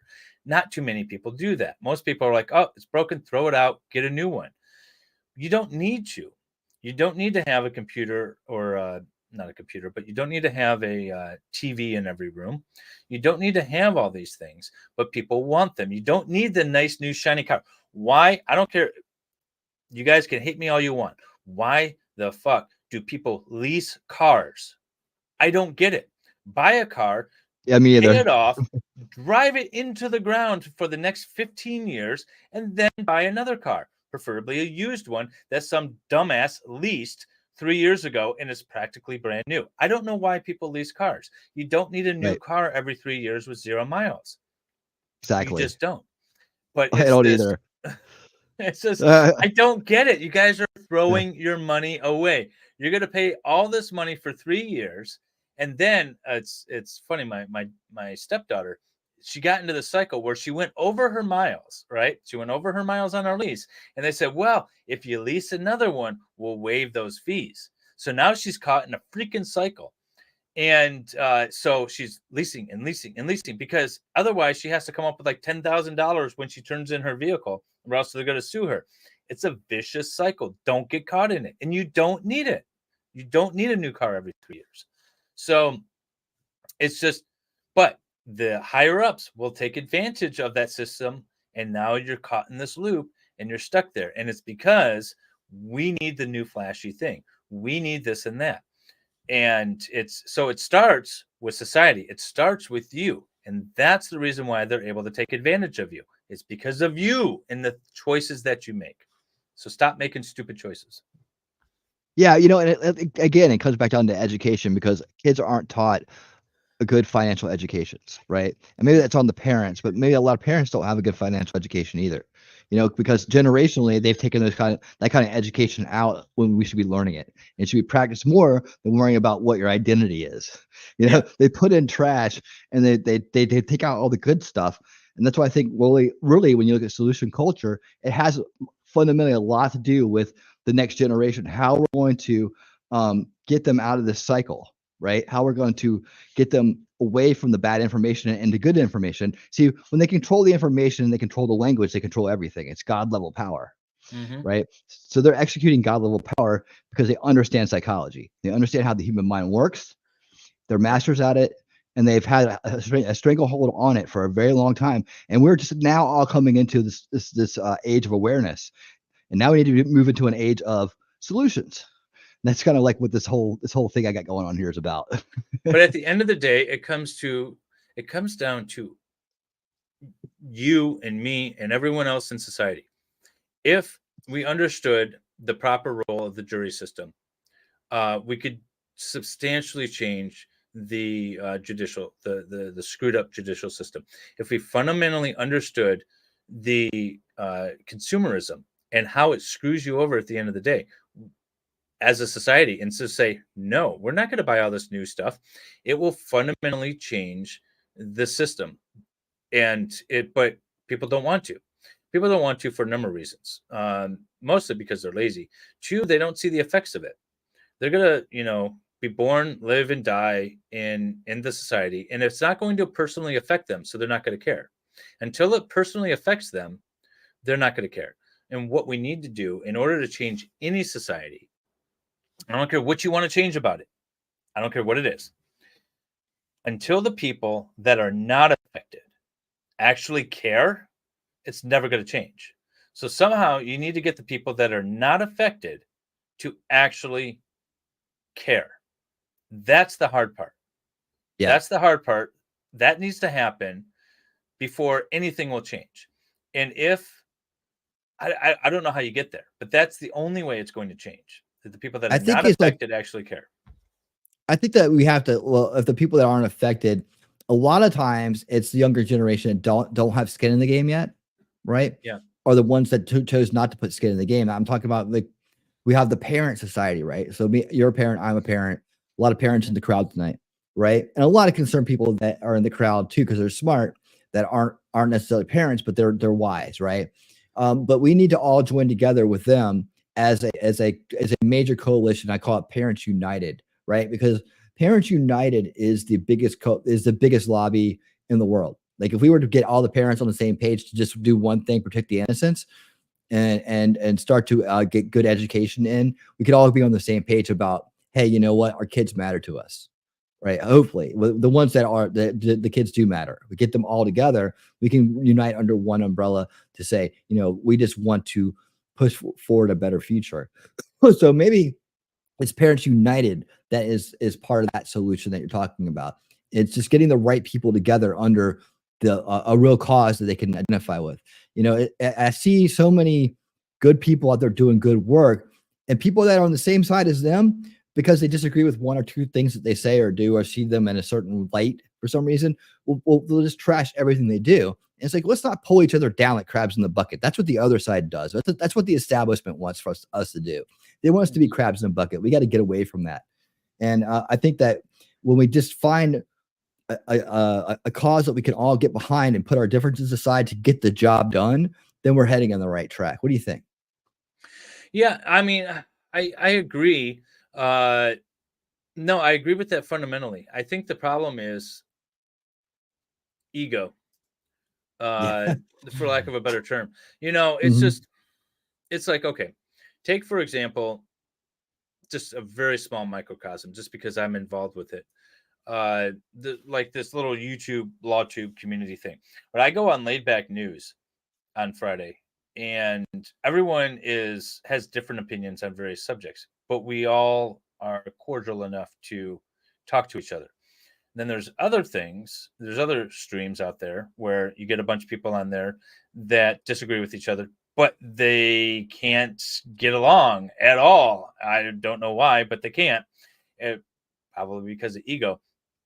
And they could agree on 99% of things, but that 1% of thing just tears them apart, and they're never going to agree again. So it really is people need to check themselves and understand that they're not the most important person in the world. That not all of their ideas are brilliant, because only mine are. But and really just take a step back and listen to what other people have to say and have a constructive conversation. Understand you might not agree on anything, or might not agree on everything, but you could still agree on a couple of fundamental points, like you were saying. But if you get two people in a room, they're not going to agree on absolutely everything. And unless they're mature enough to be able to step back and realize that and see the bigger picture, see the forest, not the tree, it could work. But people are people, and sometimes it's a hard road to navigate. So the giant coalition of parents, there's parents out there that I won't let my kids hang out with their kids because I don't really agree with their parenting. And there's other parents out there that are on like the opposite spectrum. They're almost a little, they're a little too close. I don't know. They're a little too, something's up there, right? And then there's the vast majority that are in the middle of the road and they're fine. But it's those outlying ones that I'm just like, no, you took free range parenting to the next level. And I'm not. You know, so I'm like a free range parent, in my heart, in my soul. But I still, I still watch them. There's still a fence around the yard. I let them roam, but only so far. And but I don't know if you can get a large group of people to agree. I think at the end of the day, it comes down to an individual parent doing what needs to be done. Like, I could sit here all day and say, this is how I want to raise my kids, and this is how I'm going to instruct them on various things. But if I don't do it, what's the point of me saying I'm going to do it or being part of a coalition? You still have to have the fundamental desire and actually implement those things. Like, my kids didn't know how to balance a checkbook from school, right? So I have to teach them. Or today, I had my son do a bunch of chores around the house and I gave him $30. He texted me later and says, "Hey, can I get a $10 for dinner?" And I said, "No, I paid you already." And he said, "Well, I used that on gas." I said, "Well, you should have either budgeted better or ate at home. I don't know what to tell you. I'm not giving you an extra 10 just because you ran out of money. That's not how this works." But if I don't do that, then he doesn't understand the value of the money, and that it doesn't just encompass everything. He's not going to constantly get handouts. And so you're going to go without, or you can come home and eat, which I tell you all the time to do because it's a lot cheaper to sit at home and eat than go out with your friends. And eventually he's either going to go hungry or he's going to come home and eat. I don't know what else to tell you. And so, but it takes that step. You got to do it every time, for them to really understand and learn that when they're younger. Yeah, absolutely. Yeah, pay him. I'm getting there with my son too. When he comes to me and goes, "Oh, this new game." I can tell he's got the sale going too. He's like, "Oh, you wouldn't believe this new game coming out." I'm like, "I'm waiting for you to ask for it." So, well, you better start earning some money then. It's like, I'm not gonna push you to earn the money, but I'm gonna tell you have to earn the money to get the things you want. And a lot of times, if he really wants it, he'll get moving at that point and start doing stuff to earn the money. So at least that we're heading in the right direction there. So it's going to be working up. I was like, keep in mind, a couple of years you're going to want a car, aren't you? He went to a football game a couple of weeks ago and he got punched by a girl, and he didn't punch back. He didn't do anything back, and I said, "That's fine. I'm happy he didn't do that." But the question was like, "Well, what'd you say to her that made her punch you?" Right? We're like, yeah, it was wrong for her to punch you, but did we learn a lesson? Like, what was the lesson that we learned? We have a conversation, but you got to take the time with the kids to do that. Yep. And it's every day, and it's from when they're young, and it's just, it's something that you actually have to do. I could have gotten mad at the girl for punching him and said, "We're pressing charges," whatever. I didn't care about any of that. And in fact, I kind of went the opposite. It's like, well, the principal wants me to come down and make a statement. No, you're not going to do that. You're going to take this as a life lesson. You're not injured, right? Okay, she insulted your honor. I don't care, whatever. Get over it. You are, you're not going to make a statement.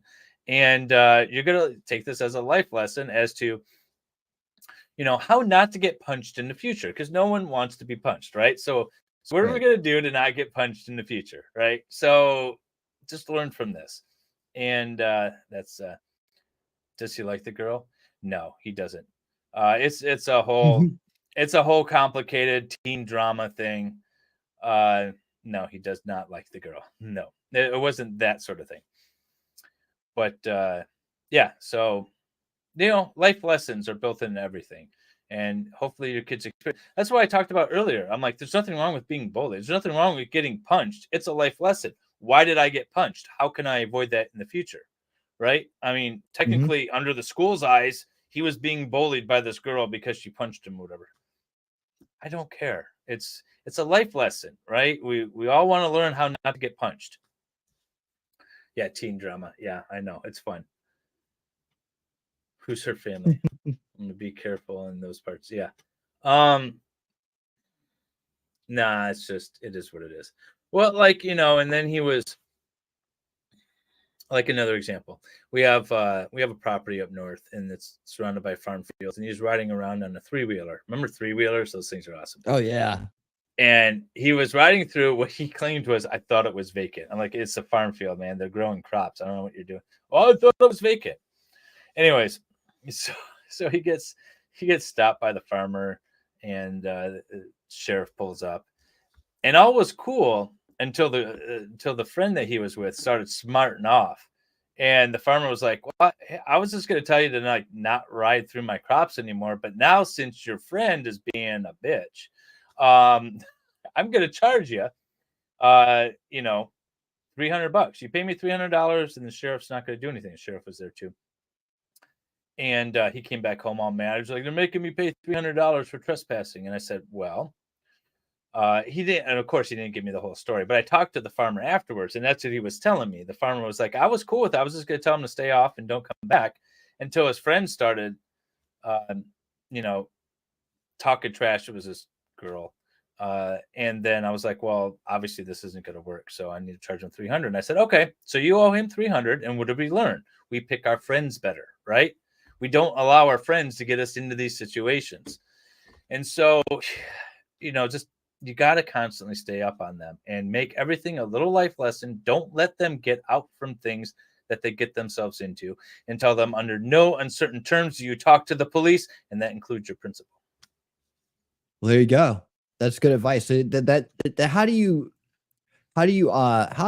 does a lawyer train up their children to deal with authority figures like this that could get them in a lot of trouble, like police or anything else? What's your dad? Give me some dad advice here. Let's go dad on this. Well, it's like anything. The kids are always going to screw up, right? So you tell them you don't ever talk to the police. And since I'm an attorney, I say, I'm sorry, I don't talk to anybody unless my dad, who's also my lawyer, is present. Here's his phone number. Right. And so you do that. As a parent, you could just say, I don't talk to anybody unless my parent's present. Call them. And of course, they always talk, right? They start off talking. And so whenever you can, you use it as an example. Like, all right, the principal called me down and he said this or that and this or that. And I said, why'd you talk to him? He's like, well, because you called me in. I said, you didn't tell him to call your father, who's also your lawyer, before you say anything? Well, I didn't think it was that big of a deal. I'm like, well, now you got a suspension. So is it that big of a deal? Well, yeah. Okay. And so, you kind of like, next time, remember. And so eventually it just kind of builds up into their head. But I tell them an example that I give. I had a client that called me, and she's in an online feud through Facebook in the neighborhood community with her neighbor, not next door neighbor, but some guy down the street. Right. And they're just chipping at each other constantly online. So then she gets a phone call that says, hey, your neighbor said that you tried to run him down with a car. We'd like to have you come in and give a statement. So she calls me and she's like, I'd like to give a statement. And I say, no. And she's like, but I really want to tell him what happened. It's like, okay, you tell me what happened. You write it down. You give it to me. So she wrote it down. This is what she said. She said, yes, I don't like this guy. He blah, blah, blah, blah, blah, whatever online. So she admits that there's a feud. Then she says, on this particular date, I was driving into the sub and he was walking down the sidewalk on the other side of the sidewalk. And so like on the left side, she's driving on the right. I slowed down. I rolled down my window. I flipped him off. I yelled something at him and I drove off. I said, okay, let's take this statement. You admitted to a motive because you don't like him online. You put yourself at the date, time, and location of the alleged crime. You put yourself in a vehicle. You put him on foot. You admitted that he was there. And the only thing that the jury would need to infer, because you admitted to all the other elements, is that instead of you driving away, you tried to run him down. I'm like, I could make that argument that you tried to run him down. You could just gave him everything else. Now, assuming what she said is absolutely God's word, the truth, she would still get convicted. And so she had no intent of running him down. She wasn't even close to him, but she could get convicted on her pure innocent statements of her not guilt. And they could use that against her. I said, no, we're not giving a statement. We ignore the police. We don't talk to the police. And sure enough, she was not charged. But if she had submitted that, the prosecutor would have looked at that and was like, I have all the evidence I need right here. I can connect that one dot but she just admitted to everything else. So I tell my kids that, and I was like, listen, even if you're completely innocent, the things that you say will absolutely be used against you. So you don't say anything. And, of course, a 4-year-old's not going to get that. So maybe give a different example. But, eventually when they became teenagers, I was able to convince them, like, you just don't give them all the information they need to convict you. Even if you're innocent, they will use it to convict you. So I don't know, of another example you could use to scale it down for younger children's. But, that's what I just say. I'm like, you want to cooperate. You be a good person. Don't rely on others to tell you what a good person is supposed to do, right? Exactly. Your principal is not going to tell you what a good person is supposed to do. I will tell you what a good person is supposed to do. Your teacher's job is just to make sure that the kids get in and out of school and they get, taught whatever. So don't listen to them. The police are there to make sure that all is calm and quiet. They don't care about you. They don't care about the next door neighbor. They don't care about the victim. They don't care about the other perpetrator. They could care less. They want to make sure everything is calm and quiet. So it really doesn't matter who they charge. If they break up the disturbance, all is calm. So they don't care about you either. Just understand that. They might help you, but don't rely on them. So that's my life lesson. Talking to police. Good stuff. Good stuff. Well, man, thank you so much for being here tonight. We're getting about 3 hours right now, and I appreciate the time. If you got time to hang out more, we can talk some Star Wars if you want.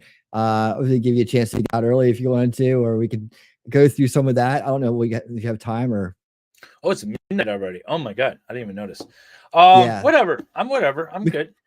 We could always do it another time if you want to as well. So Let's wanna talk take Star Wars. like I'm all amped up in like society and Okay. this problem. So we could do Star Wars another day. It would be more of a lighthearted stream. Yeah, definitely. I'd love to have you back, man. Great conversation. A lot of fun, man. And like I said, I'm thanks available for having me. anytime you want to have me over. I'd love to join you too. But yeah, man, thanks so much. It's great getting to know you. I've been hearing a lot about you and been seeing you around. I'm glad we've only done a little bit of time together on streams. I'm glad we had some time to actually get to know each other tonight and talk. Yeah. And now you know what I'm about, and I know more about what you're about. And the crowd had a great time. And man, thank you so much. Here's what we do at the end. Basically, the wrap up is that, you can tell us a little bit about what you got going on. It's Griff time. Okay. I'm going to talk about what I got going on. And then we do a closing jam. So we always have a jam on Saturday nights. We close out with a great jam from one of the greatest bands on the planet, my buddies, Widespread Panic. And we'll do that. So here we go. All right. Am I grifting now? Yes. Grift on. Oh, okay. All right, cool. Tomorrow, 11 a.m. Eastern time, I have a Turtle Boy stream. We're going to be talking about the opinion that the court issued on his motion to amend his bond. The court goes into great detail regarding the witness intimidation stuff. So we're going to go through that and we're going to break that down. I don't think what he's doing is witness intimidation from a fundamental level, but I can take some sides of the state, of the court wanting to not influence. Like, I get the idea behind it. I just don't think it works in this case, right? So we're going to talk about that. That's going to be Sunday. And then Monday, I might have a new trial starting. I got to look into it to see if it's actually starting or if I'm going to get tricked again like the Caitlin Armstrong case. But with Caitlin Armstrong, Audra, as well as, is she still in chat? McKinley. They've been in court providing me notes. It's been amazing. So we're going to try to bring you an update for day 7 of the Caitlin Armstrong case at some point on Monday, as well as potentially this new trial starting. So there'll be a ton of streams coming up. And we got some updates on the Crumley's case too, James and Jennifer Crumley, which will hopefully I can get all that together and we'll hit that next week as well. So we've got some streams coming up. Awesome, man. Keep up the great work, and onward and upward. I'll be back tomorrow night at 8:30 p.m. Eastern. Hey, Grim, what's up? There he is. You guys can catch Grim's Bar's great music on his channel, as well as in my weekly short win this week. That's where I put my schedule out. If you haven't seen it, you're in it this week. So I always include what I'm doing that week. So it comes out usually Tuesday or Wednesdays.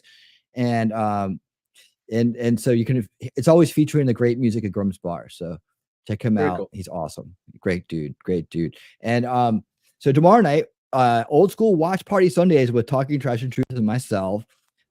We start at 8:30 p.m. Eastern. We're gonna be watching The Trap. The Trap is great. It's a great documentary, and you guys are gonna have a lot of fun with this one. It's about how economics and social control has been. There's a philosophy behind it that I don't think a lot of people have seen how they implemented it, what it's about, and what they were trying to do with it, and how it kind of turned out. It's really, really interesting. A lot of game theory talk in there. If you like game theory, you're gonna hear a lot of that. So we'll be doing that. And then, like I said, my schedule will be coming out Tuesday or Wednesday next week. Unveiling Reality. We're going to finally start the Open Conspiracies series. And we're going to start with Agenda 21 and Agenda 2030. And we're going to go through and pick apart each part of the agenda. We're going to see what they got accomplished by 2021 and what they're trying to do by 2030. This is right on the UN website. We're going to break each point down. I've been working on putting this together for a couple weeks now. So that's going to be a good stream. And then back next Thursday with Repairing History Together. That's you and me, the crowd. We're repairing history together. We're going to talk about PSTT, which is PTSS, post-traumatic slavery syndrome. Is it real or is it not? We're going to look at some of the descriptions of it and see exactly, is this a real thing or not? And of course, we'll have some more examples of role model leadership from the recent stories in the news, how we look at where the divide is coming. Of course, we're trying to heal division and bridge the communication gap there so that we can have a better future together and repair the history that has been omitted. And we'll probably have some Thomas Sowell next week too, as well.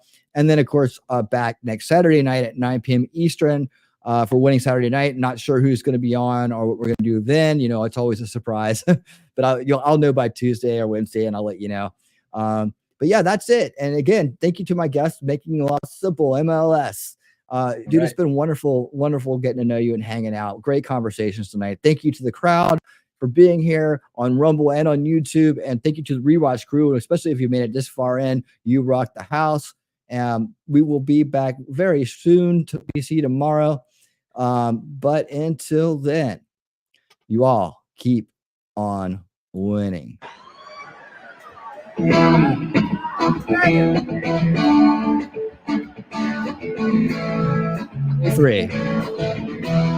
Let's go.